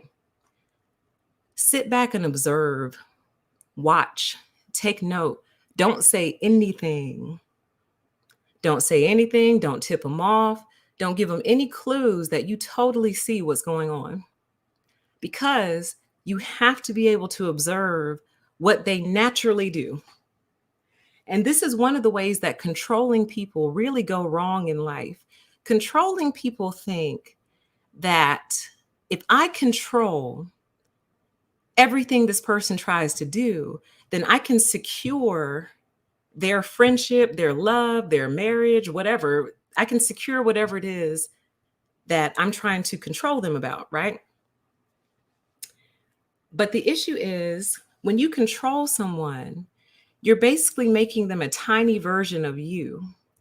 So therefore, you don't really know how they truly feel. You don't know how they truly feel because they're scared of you. So there's another way that control can come out. You try to make somebody scared of you. So if they're afraid of you and they're doing everything that you say just because they're scared of you, do they really like you? Are they really obedient to you? Are they truly loyal to you, or are they afraid of you? So I'm saying all this to say, I believe this is what God does. I believe God can see and hear everything. How? I don't know. But God chooses not to reveal himself because if we knew for a solid fact that God could see and hear absolutely everything we do, we would start to act different. We would behave differently. We would move differently. And some would say, well, yeah, we would be better people. But that's not what God wants. God wants to see who we really are, period, by pretending that he's not there. So by pretending that he doesn't exist, he gets to see how you act when you think there's no God, basically. He gets to see how you act when you think there's no God. And I'm telling you, that strategy, that approach, it's fun too. It's also fun. On top of everything else, it's fun because people think they're getting over on you and you've been watching the whole time. You see what I mean?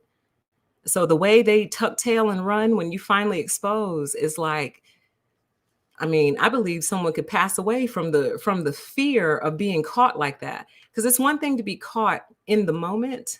It's a whole nother thing to be caught and the person has been observing you for months or weeks or years. You see what I mean? Let's move on. Page 250. So it says, how could a whole people have gone to war without knowing why? The answer is simple. As a people, we were too lazy to learn and too arrogant to think we needed to learn. We felt that whatever way we happened to perceive things was the right way without any further study, and that whatever we did was the right thing to do without reflection. We were so wrong because we never seriously considered that we might not be right. So this whole entire thing is in relation to the Vietnam War is what he's talking about. He's saying, how could a whole people have gone to war without knowing why? Does this sound familiar to you? And this is mostly a rhetorical question. Sometimes I'm asking the chat a direct question. This is more rhetorical. Listen again. How could a whole people have gone to war without knowing why? The answer is simple. As a people, we were too lazy to learn and too arrogant to think that we needed to learn. We felt that whatever way we happened to perceive things was the right way without any further study, and that whatever we did was the right thing to do without reflection. We were so wrong because we never seriously considered that we might not be right. Like, this is the height of arrogance And this is the height of narcissism to me. The fact that they can't even consider that they might be wrong. That's all I ever do. If you go through my videos, you'll hear me say all the time, and I could be wrong, and I could be wrong. Or I'll say, if I'm wrong, correct me. And I mean it. If I'm wrong, correct me, because I want to be correct. But the narcissist is not going to say those types of things, and you'll never hear them saying it. You'll never hear them say, if I'm wrong, let me know.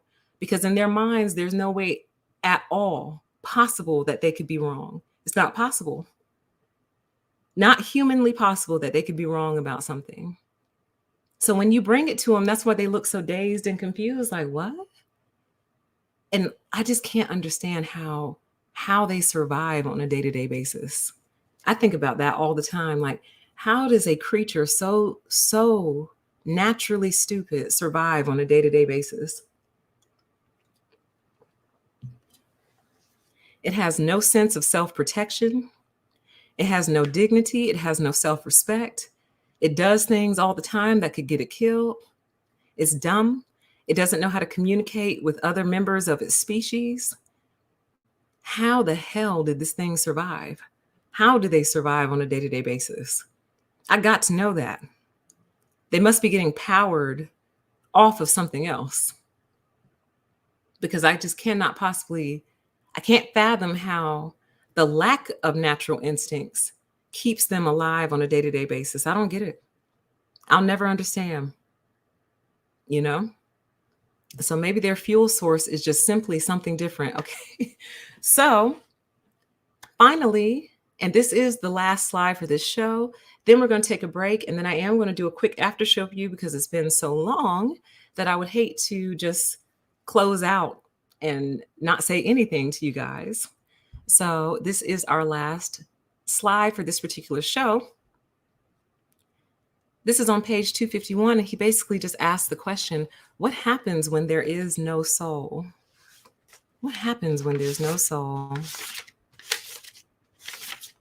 And I think the answer, so it was in relation to this. He says, so as they become larger and larger, our institutions become absolutely faceless, soulless. What happens when there is no soul? And I think the answer to that question, to what happens when there is no soul, is the narcissist happens when there is no soul. And that is the answer to that question. So that is going to wrap this episode of People of the Lie. So awesome to catch up with you again. So proud of myself that we're actually churning through this. One more show to go, and then we are finally done with the book.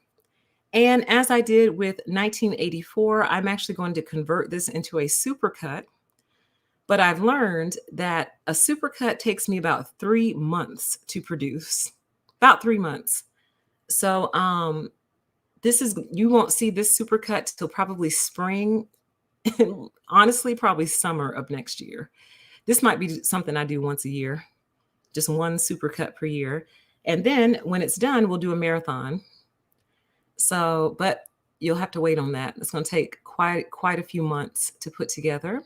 So for those of you interested in sticking around for the after show, I'm going to take about a 5-minute break.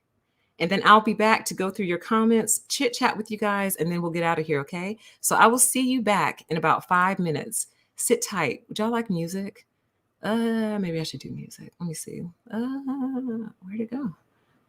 Can I play music and keep that on top? Let's see. I think I can.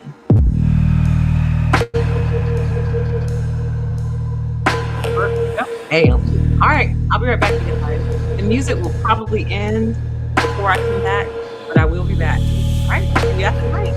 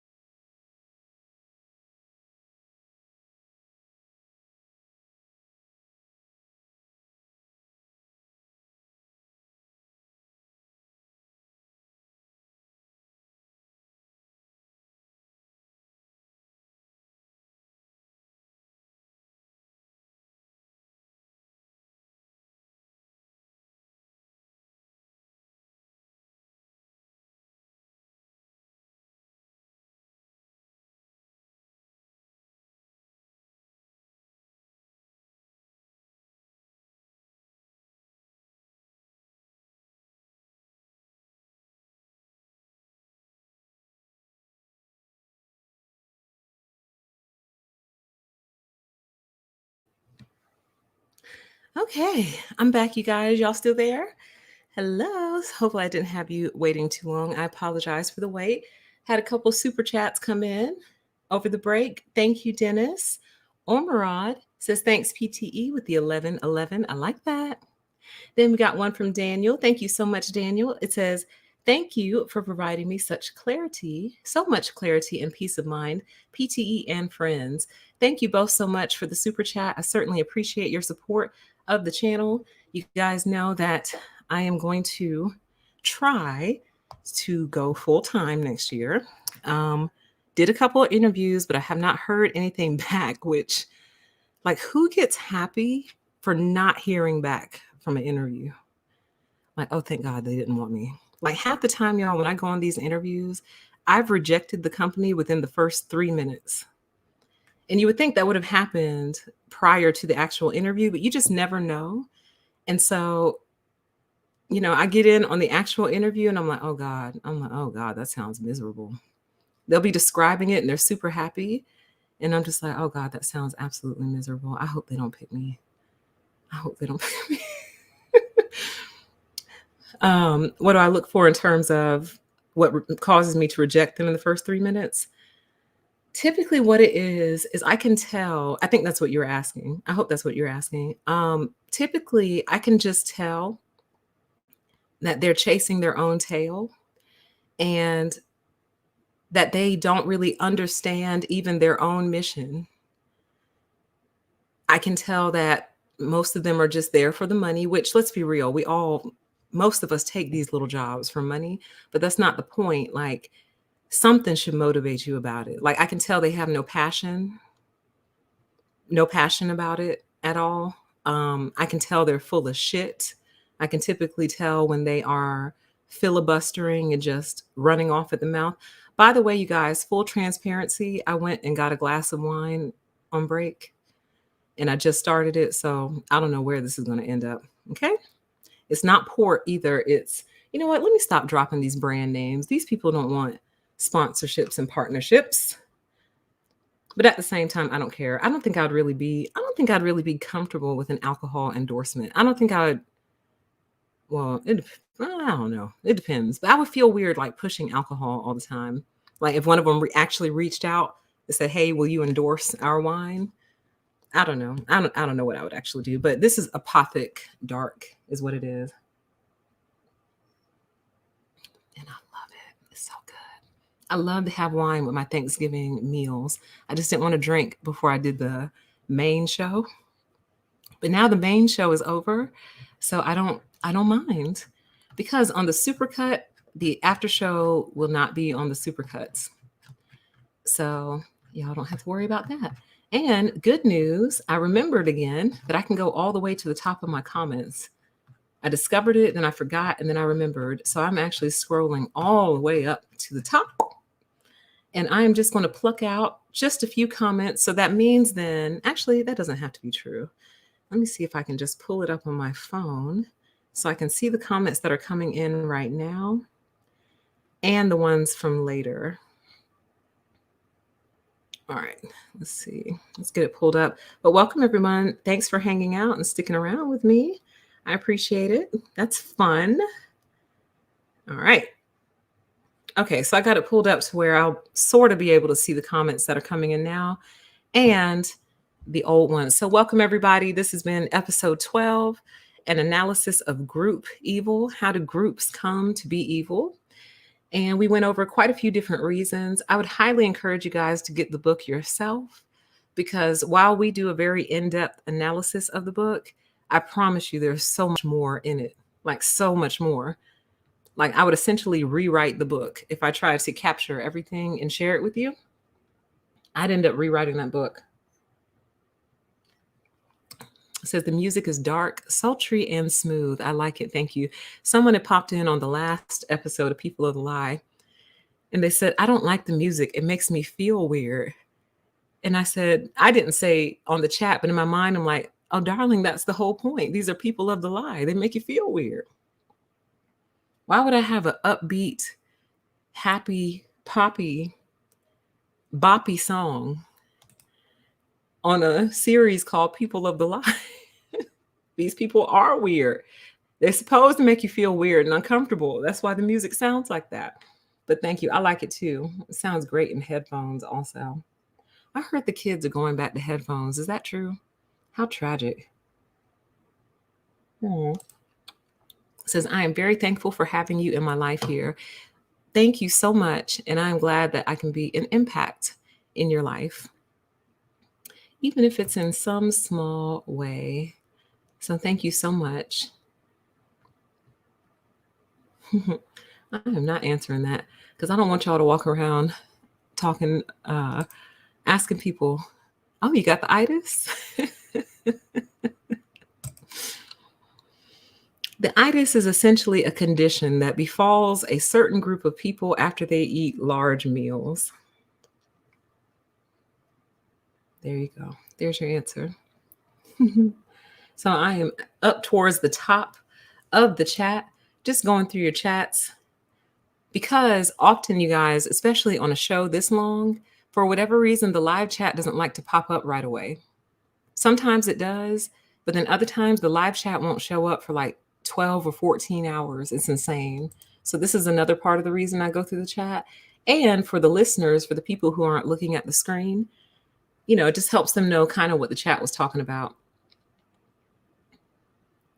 All right, I'm just scrolling. Happy Thanksgiving to everybody. For those of you who celebrate. It says, does the CEO of YouTube have narc eyes? Yes. I could not imagine working for her, because she seems like the epitome of somebody who simply cannot imagine that they're wrong. That's what she seems like to me.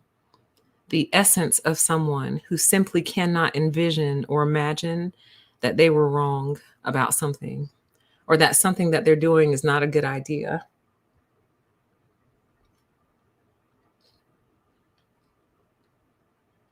Oh, says PTE, I hope you had a nice Thanksgiving. Did you go to dinner? I always worry that people online are like me, with shit narcissistic families who can't celebrate Thanksgiving in the traditional sense. So I did not attend anyone's dinner, but I cooked though. I did cook and it was good. And I got lots left over too. So I did cook and I did FaceTime my family. The main reason I didn't go home, one, is because there's quite a few hours between where I'm from and where I live currently. So the drive is just a beast. Like that drive is something serious, man. That drive will break your spirit. For many different reasons. It's not that bad. Let me stop. It's not that bad. But man, I've done it before. And what's supposed to be a short trip can double very quickly on Thanksgiving weekend. I remember one Thanksgiving, I drove down there and I was coming back. And I said, I'm gonna bust a move in the middle of the night. So I'm gonna leave at midnight. So I'm making a midnight run and I'll get back super early in the morning and I'll be good. And I want you guys to know around 3 or 4 o'clock in the morning, there was a major accident and I was stuck in traffic for like 2 hours. This was on a Thanksgiving weekend. So my time literally doubled. I was so pissed because I literally had planned it to get up in there when everybody was supposed to be home asleep still. That, and I'm also not vaccinated, and my whole family is, and I just didn't want no drama. So.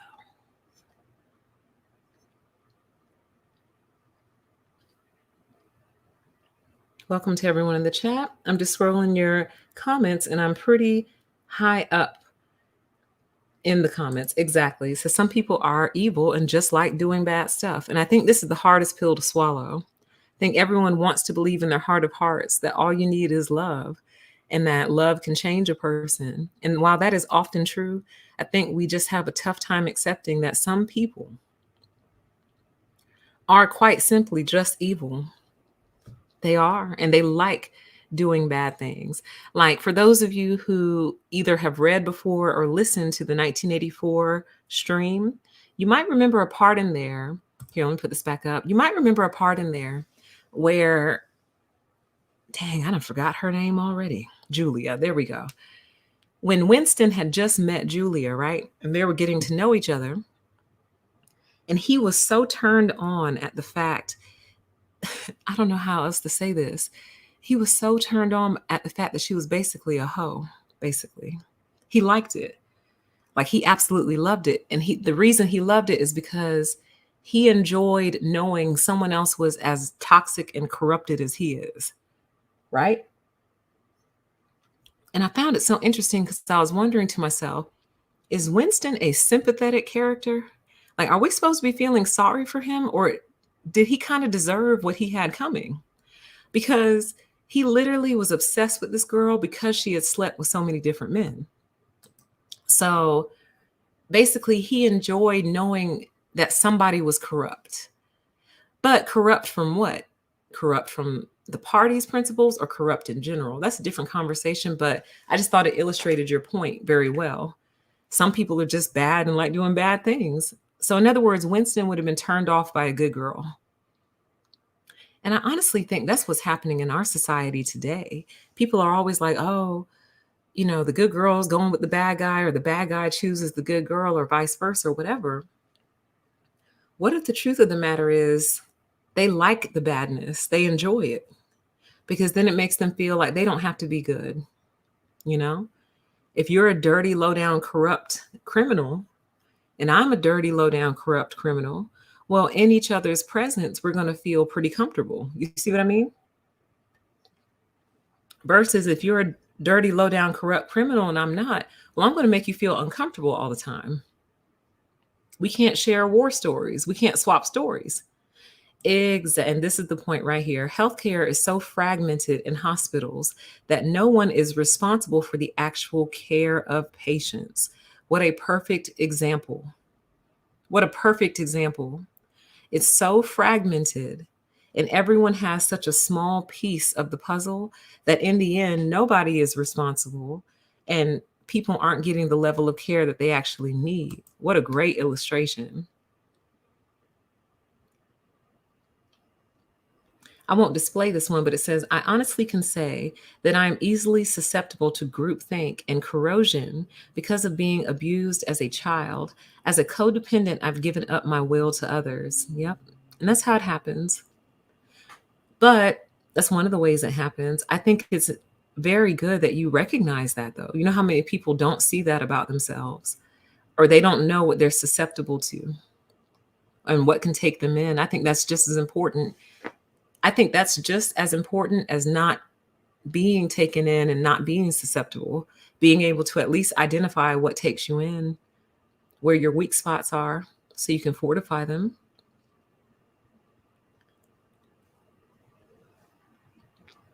Still scrolling. Yeah. Church choir. It says, still, some people are power driven and ruin your experience. Absolutely.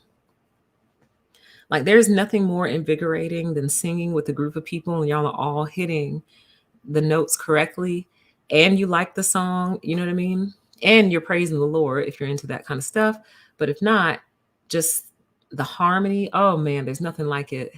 But the drama, oh my God, the drama is absolutely out of this world. Like, the power, wow. But I loved it though. Every now and then I look around to see if they have any singing groups. Any singing groups in the area. They do, but like now they've gone nuts. So like when I look up the different singing groups, so basically there's a website called Meetup. And they have all kinds of different groups on there. I would say check it out, but after our discussion tonight, I don't know if you should go to Meetup because Meetup is nothing but self-selected groups.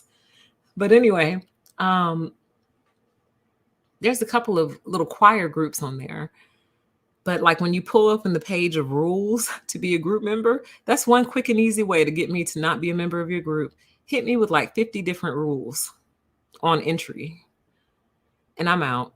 Because I can't remember all that. I don't have time to be trying to remember all these little nuances. Call on the third day of the month, but not the fourth. But if you do call on the fourth, call between 6 and 8 p.m. And if you do, you need to have your 50 cents dues ready to pay via Cash App. Then your call will be taken in the number 4 position. And you need to hold and knock twice on the door. You know what I'm saying? Like, I'm like, girl, You need to wear this color, that color shoe. You need to buy this gift, but it has to be this type of gift and no more than this and no less. Girl, bye, girl. I don't have time for all that. Okay. All right, let's keep going.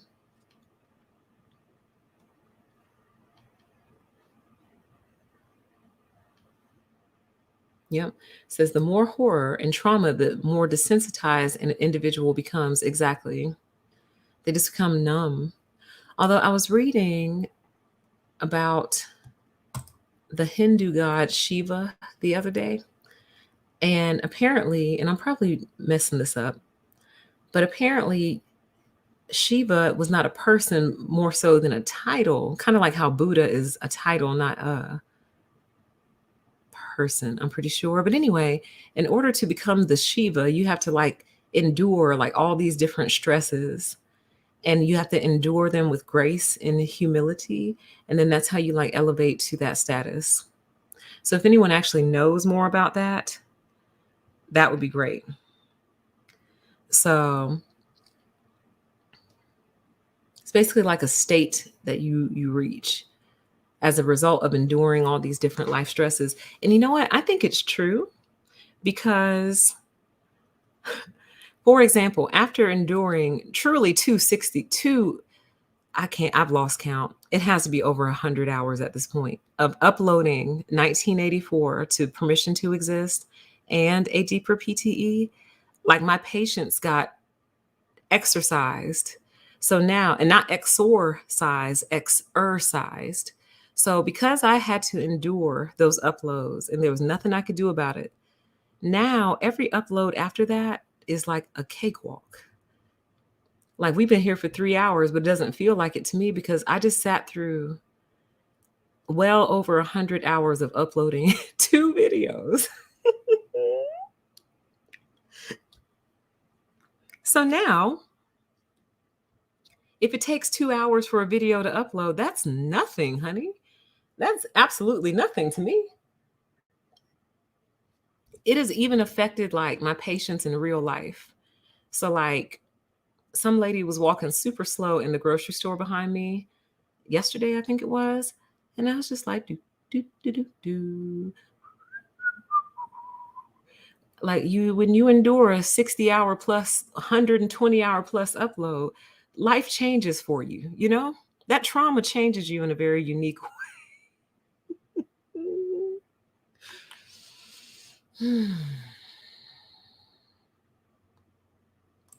Says, chat says, I think the tests are from spirits to make sure we're not tares.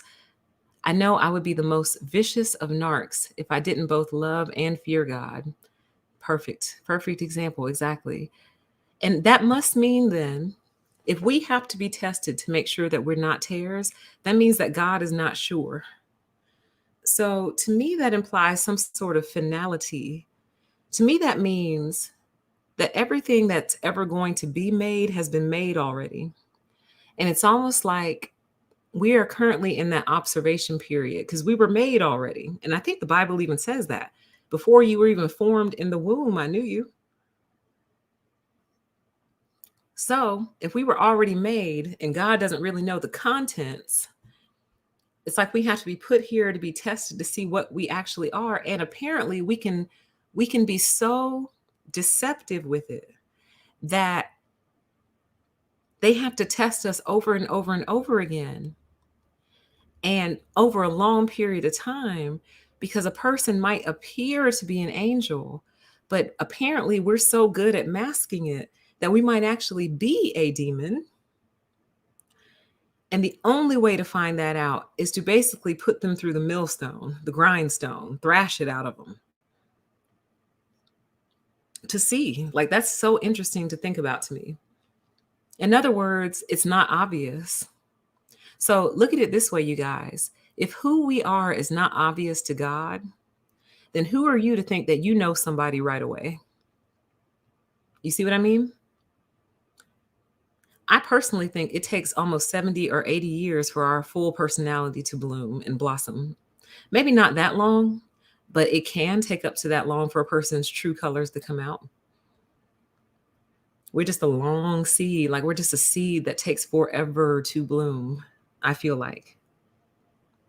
Forever to bloom. But yeah, so if we're not clear, if it's not clear to God who we are, to the point where the Lord has to stress us out and test us continuously to see who we really are, then who are we to feel like we know anybody for real?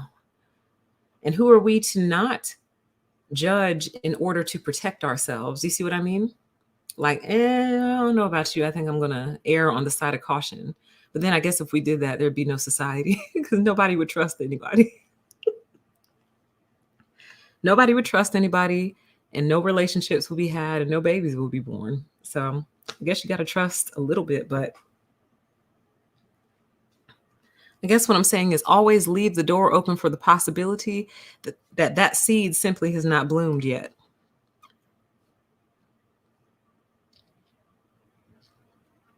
Still scrolling your comments. Welcome, everybody. It's great to have you. The show itself has concluded, and we are currently in after show mode. I've got just a little bit of wine with me, just a little bit. Let's see here. Yeah, it's still there. You can't see the count. It says, I don't know why people keep saying the dislike button is not there, because I can still see it. Yeah, you can still see it, but you can't see the count, the numerical count. Now, what's weird though is in some places you can see it, in other places you can't.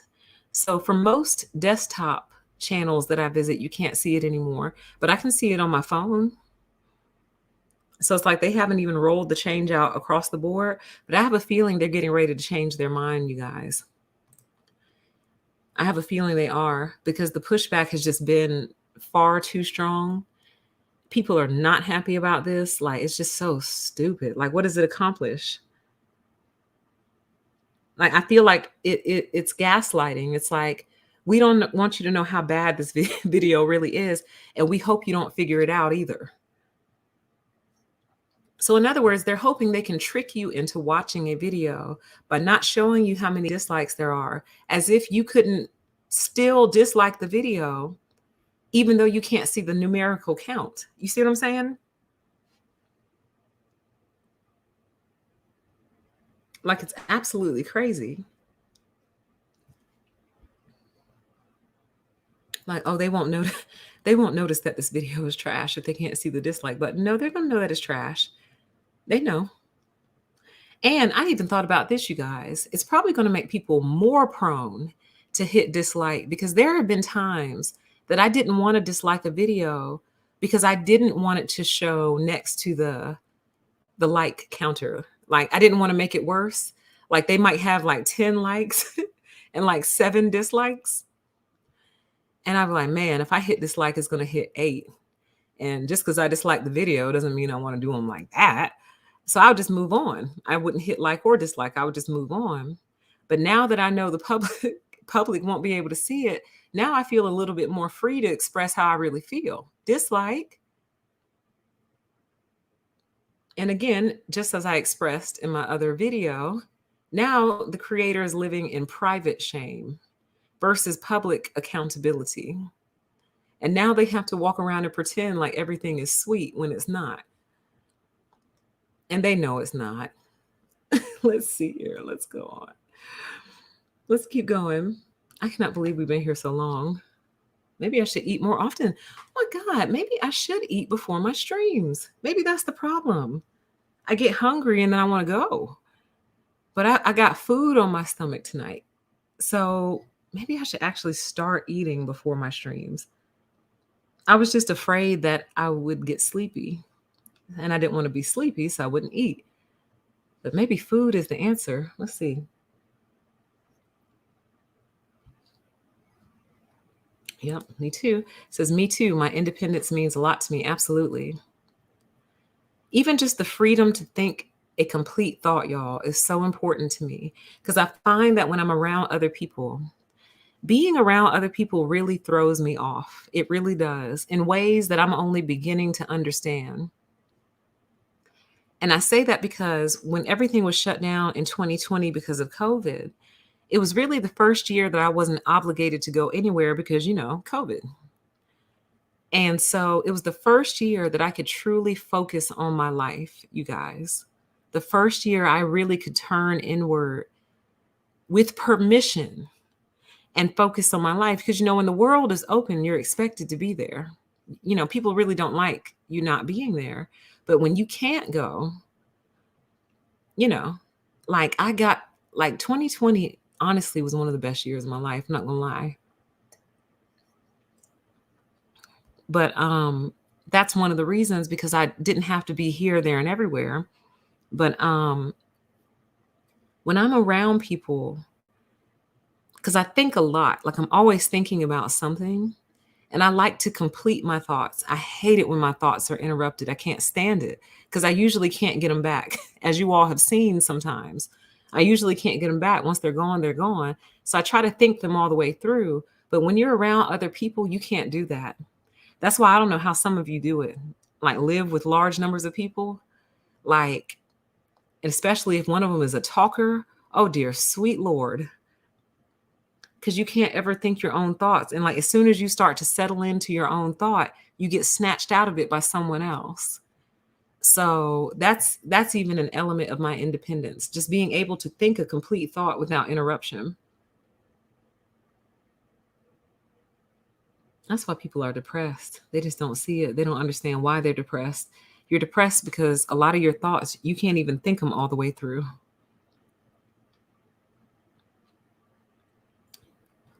You can't even think them all the way through. Let's see.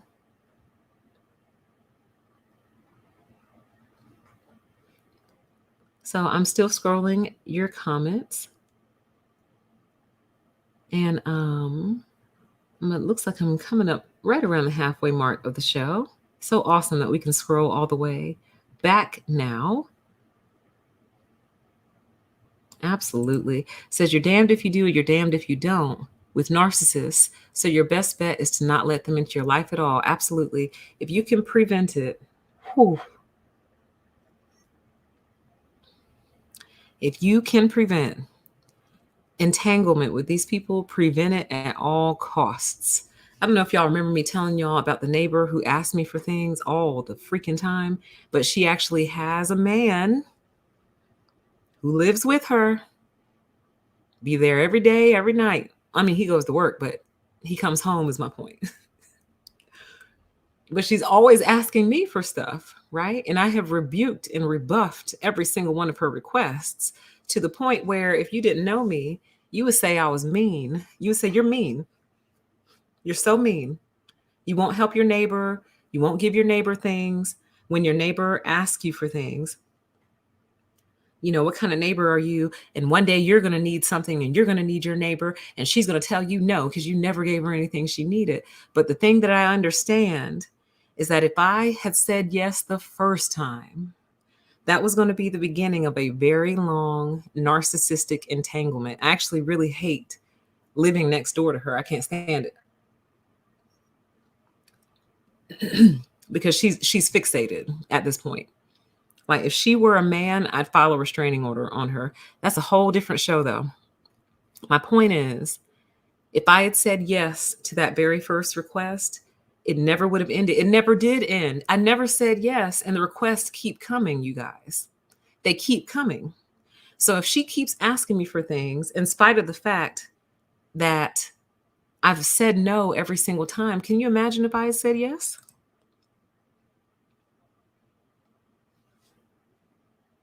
Is that what it was? In regard to the Vietnam War, it says they knew the land and the jungle better, so they were able to better navigate it, and that's how they were able to get a leg up on us. Makes sense. It says Vietnam is far more complex than we are taught. Do you mean the war itself or the landscape? Referring to the comment above. Oh, interesting. It said, this makes me want to learn more about this. It says we lost the war. It was psychological warfare because they weren't playing by the rules of engagement. Which side wasn't? Vietnam wasn't, or we weren't playing by the rules of engagement? Oh, that's fascinating. That comment makes me want to learn so much more. I didn't realize there was this much to it. I had no idea. Let me see. I just looked at the other chat. It says, PTE, can you babysit for me? Absolutely not. Absolutely not. I'm just kidding. Maybe. Let's see. But that was the first question my neighbor asked me on the very first day that she met me. Do you babysit? As if it's like something that people do on a regular basis. Kind of like, do you golf? You know what I mean? Do you work out? Do you babysit? What? I just don't get how you ask a total stranger that you don't know me from Adam or Eve to watch your children. I can't get over it. Like, I just can't, I cannot get over that. Like, how do you know I'm not like some hand that rocks the cradle type psycho? You know what I mean? Who's like, children? Oh, why, yes. Oh, I send them over. Send them right over. Like, wow. Like, do you babysit? First question out your mouth. That's kind of unbelievable. All right, let's keep going. And then we're going to get out of here soon. Because what time is it here? Oh my God, it's 12:30 at night. Okay.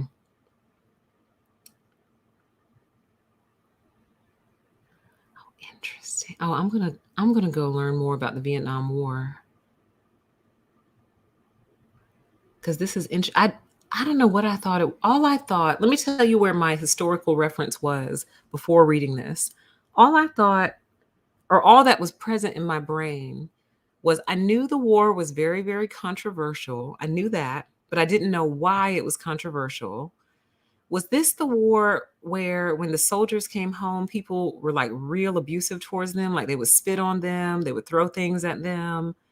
Or am I mixing that up with a different war? I feel like, was Vietnam the thing that kind of set off like the hippies and things like that? And the free love movement? See, I was a baby. Like I was a baby shortly after. I was born a couple years after Vietnam ended. So I everything I know is from like movies and stuff. But I didn't know it was this deep. I didn't know it went this deep. Like I didn't know we were actually losing, but they were lying and saying that we were winning when it was clearly not true.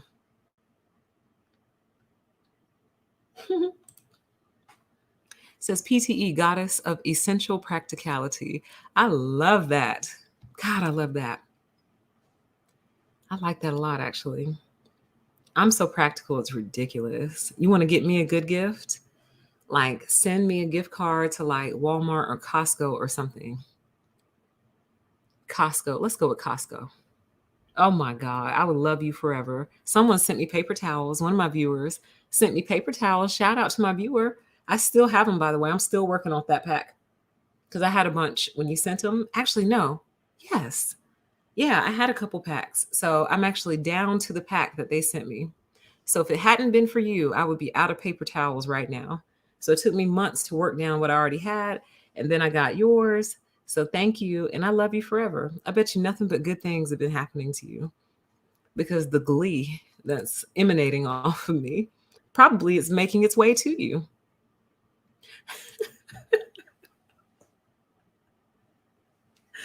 PTE's basement, laundromat, and library. Oh my God. I love it. How fun. You can do your laundry, and while you're waiting, go select a good book. I like that idea. See, this is the kind of stuff I need going forward into the future. Basement, laundromat, and library. I love it.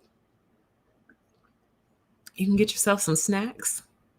I've never understood why there's not like a laundry drop-off place. There probably is. I'm sure there is, but I mean like on a mass scale where I literally just show up with my bags, hand them to you, and come back in like 6 hours and you hand them to me and it's all washed and done. Well, it's funny you say that. It says, I want a deeper PTE to be the main channel. It's funny you say that. I'm working on some ideas for next year. I probably shouldn't say what they are because I feel like every time I say I'm going to do something, I jinx myself, man. But that's not true. I said I was going to do a supercut in 1984. I did it. I said we're going to finish People of the Lie. We're finishing it. We're not done yet. We're almost there. So I do accomplish things that I say that I'm going to do. But when it comes to like how I'm going to structure the channels, I feel like, I don't know. But what I might do with Permission to Exist next year, starting in 2022, is I might actually let her rest. I'm not going to archive her, but I'm going to let her rest. And I'm going to be very active on a deeper PTE like I was this year. But I might do a second, I might basically do what I said I was going to do a long time ago, which is split out the lives, like do like a PTE live where all live streams will come from that channel and then all videos go on this one. And the reason is because I wish I could say it the way I want to, so I'll spell it. The algorithm for my channel is FUCKED, okay? And every time I make content on this channel, I make it worse because that's the way YouTube has it set up. It's so stupid. Basically, the algorithm becomes accustomed to you doing things one way. And the minute you change it, you throw it into a tailspin, basically. So I don't know if y'all remember my crummy little thumbnails from the beginning. Like sometimes they didn't fill the whole screen, so I didn't know what I was doing. That little blue and gray line and like the grayish blue background. I don't know if some of y'all remember those thumbnails, but the algorithm loved them. The algorithm absolutely loves those thumbnails, like is obsessed with them. But those thumbnails, are indicative of the early days of this channel, and my skill set has grown since then. And I shouldn't have to stick to one thumbnail just to get the algorithm to respond positively to my channel. So when I say the algorithm for my channel is FUCKED, I basically put too many ingredients in the pot over here. So it doesn't like the mixture of live streams and videos. It definitely doesn't like the news breaks. Any post that I make, it doesn't like that. Like you're messing with it basically. Remember I told y'all I can post nothing over here and I make the same amount of money? It's true. And that's because the algorithm is stuck on itself, and it's convinced that it's correct. So let me move on because I literally will get so hung up in that. I've been literally studying this algorithm and I think I figured it out too. Which is why I'm thinking about letting this channel rest, because basically the algorithm needs to find itself over here. And I promise you, if I let this channel sit without doing anything for 2 or 3 months, the AdSense revenue will double, the views will double, because it's almost like I'm no longer shaking the table, and the algorithm can like, whew, okay. All right, she finally stopped shaking the table. Now let's see what we got. Okay, we got some live streams, got a couple videos. Okay, let's see if we can put them in order. So I might let her rest for like a year, actually. I may not post on this channel for a year because I'm also just curious to see what happens. What happens if I don't post for a year? Do I become a millionaire by not posting for a year? And they wonder what's wrong, why creators get depressed and shit. Because we make content and it's punitive unless you do it the exact same way every single time. All right. Okay, guys. So let's see here. Let me see if I can find a nice one to close on, and then we're going to close on, okay? I'm up at the part where we were talking about cranberry sauce. Let's see here. I want to find a nice, good power punch comment to close on. That and my wine is kicking in a little bit.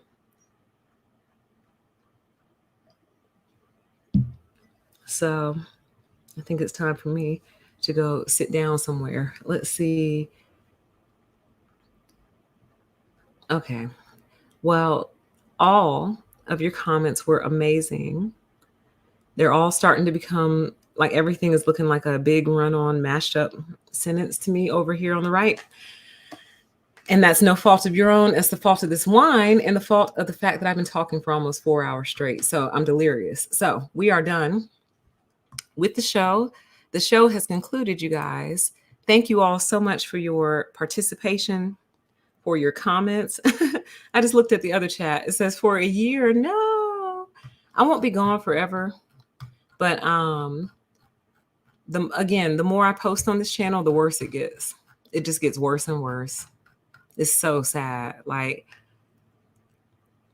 anyway, I'll do a whole show on that one day for anyone interested, because I think it is interesting the way this algorithm works, because I've actually determined that the algorithm is a narcissist, or the algorithm is narcissistic is a better way to put it. And that's probably because it was designed by narcs. So anyway, you guys, thank you all so much for being here. I appreciate it. I'm sorry to keep you waiting so long, but I actually intend on concluding this series next week. So probably around this time next week, we will have the last installment of People of the Lie, and it's only a few pages. Well, I say that now, knock on wood, but it shouldn't be this long of a show, is what I'm saying. And I know I originally said I was going to do a call-in show to end the series, but I've actually changed my mind for a variety of reasons, you guys. So I apologize for anyone looking forward to that. I'm so sorry. We will do call-ins in the future, but I just changed my mind for reasons, okay? So we won't be doing that. We're just going to close this thing out and be done with it, honey. And then after that, a couple months from now, you can expect the supercut, and we will do a marathon, okay? Because this was a good series, great book. Thank you to everyone who recommended it to me. It's really been life-changing, so I appreciate it. So happy Thanksgiving, if it's still Thanksgiving for you. It is for some of y'all on the West Coast anyway. Happy Thanksgiving to everyone else.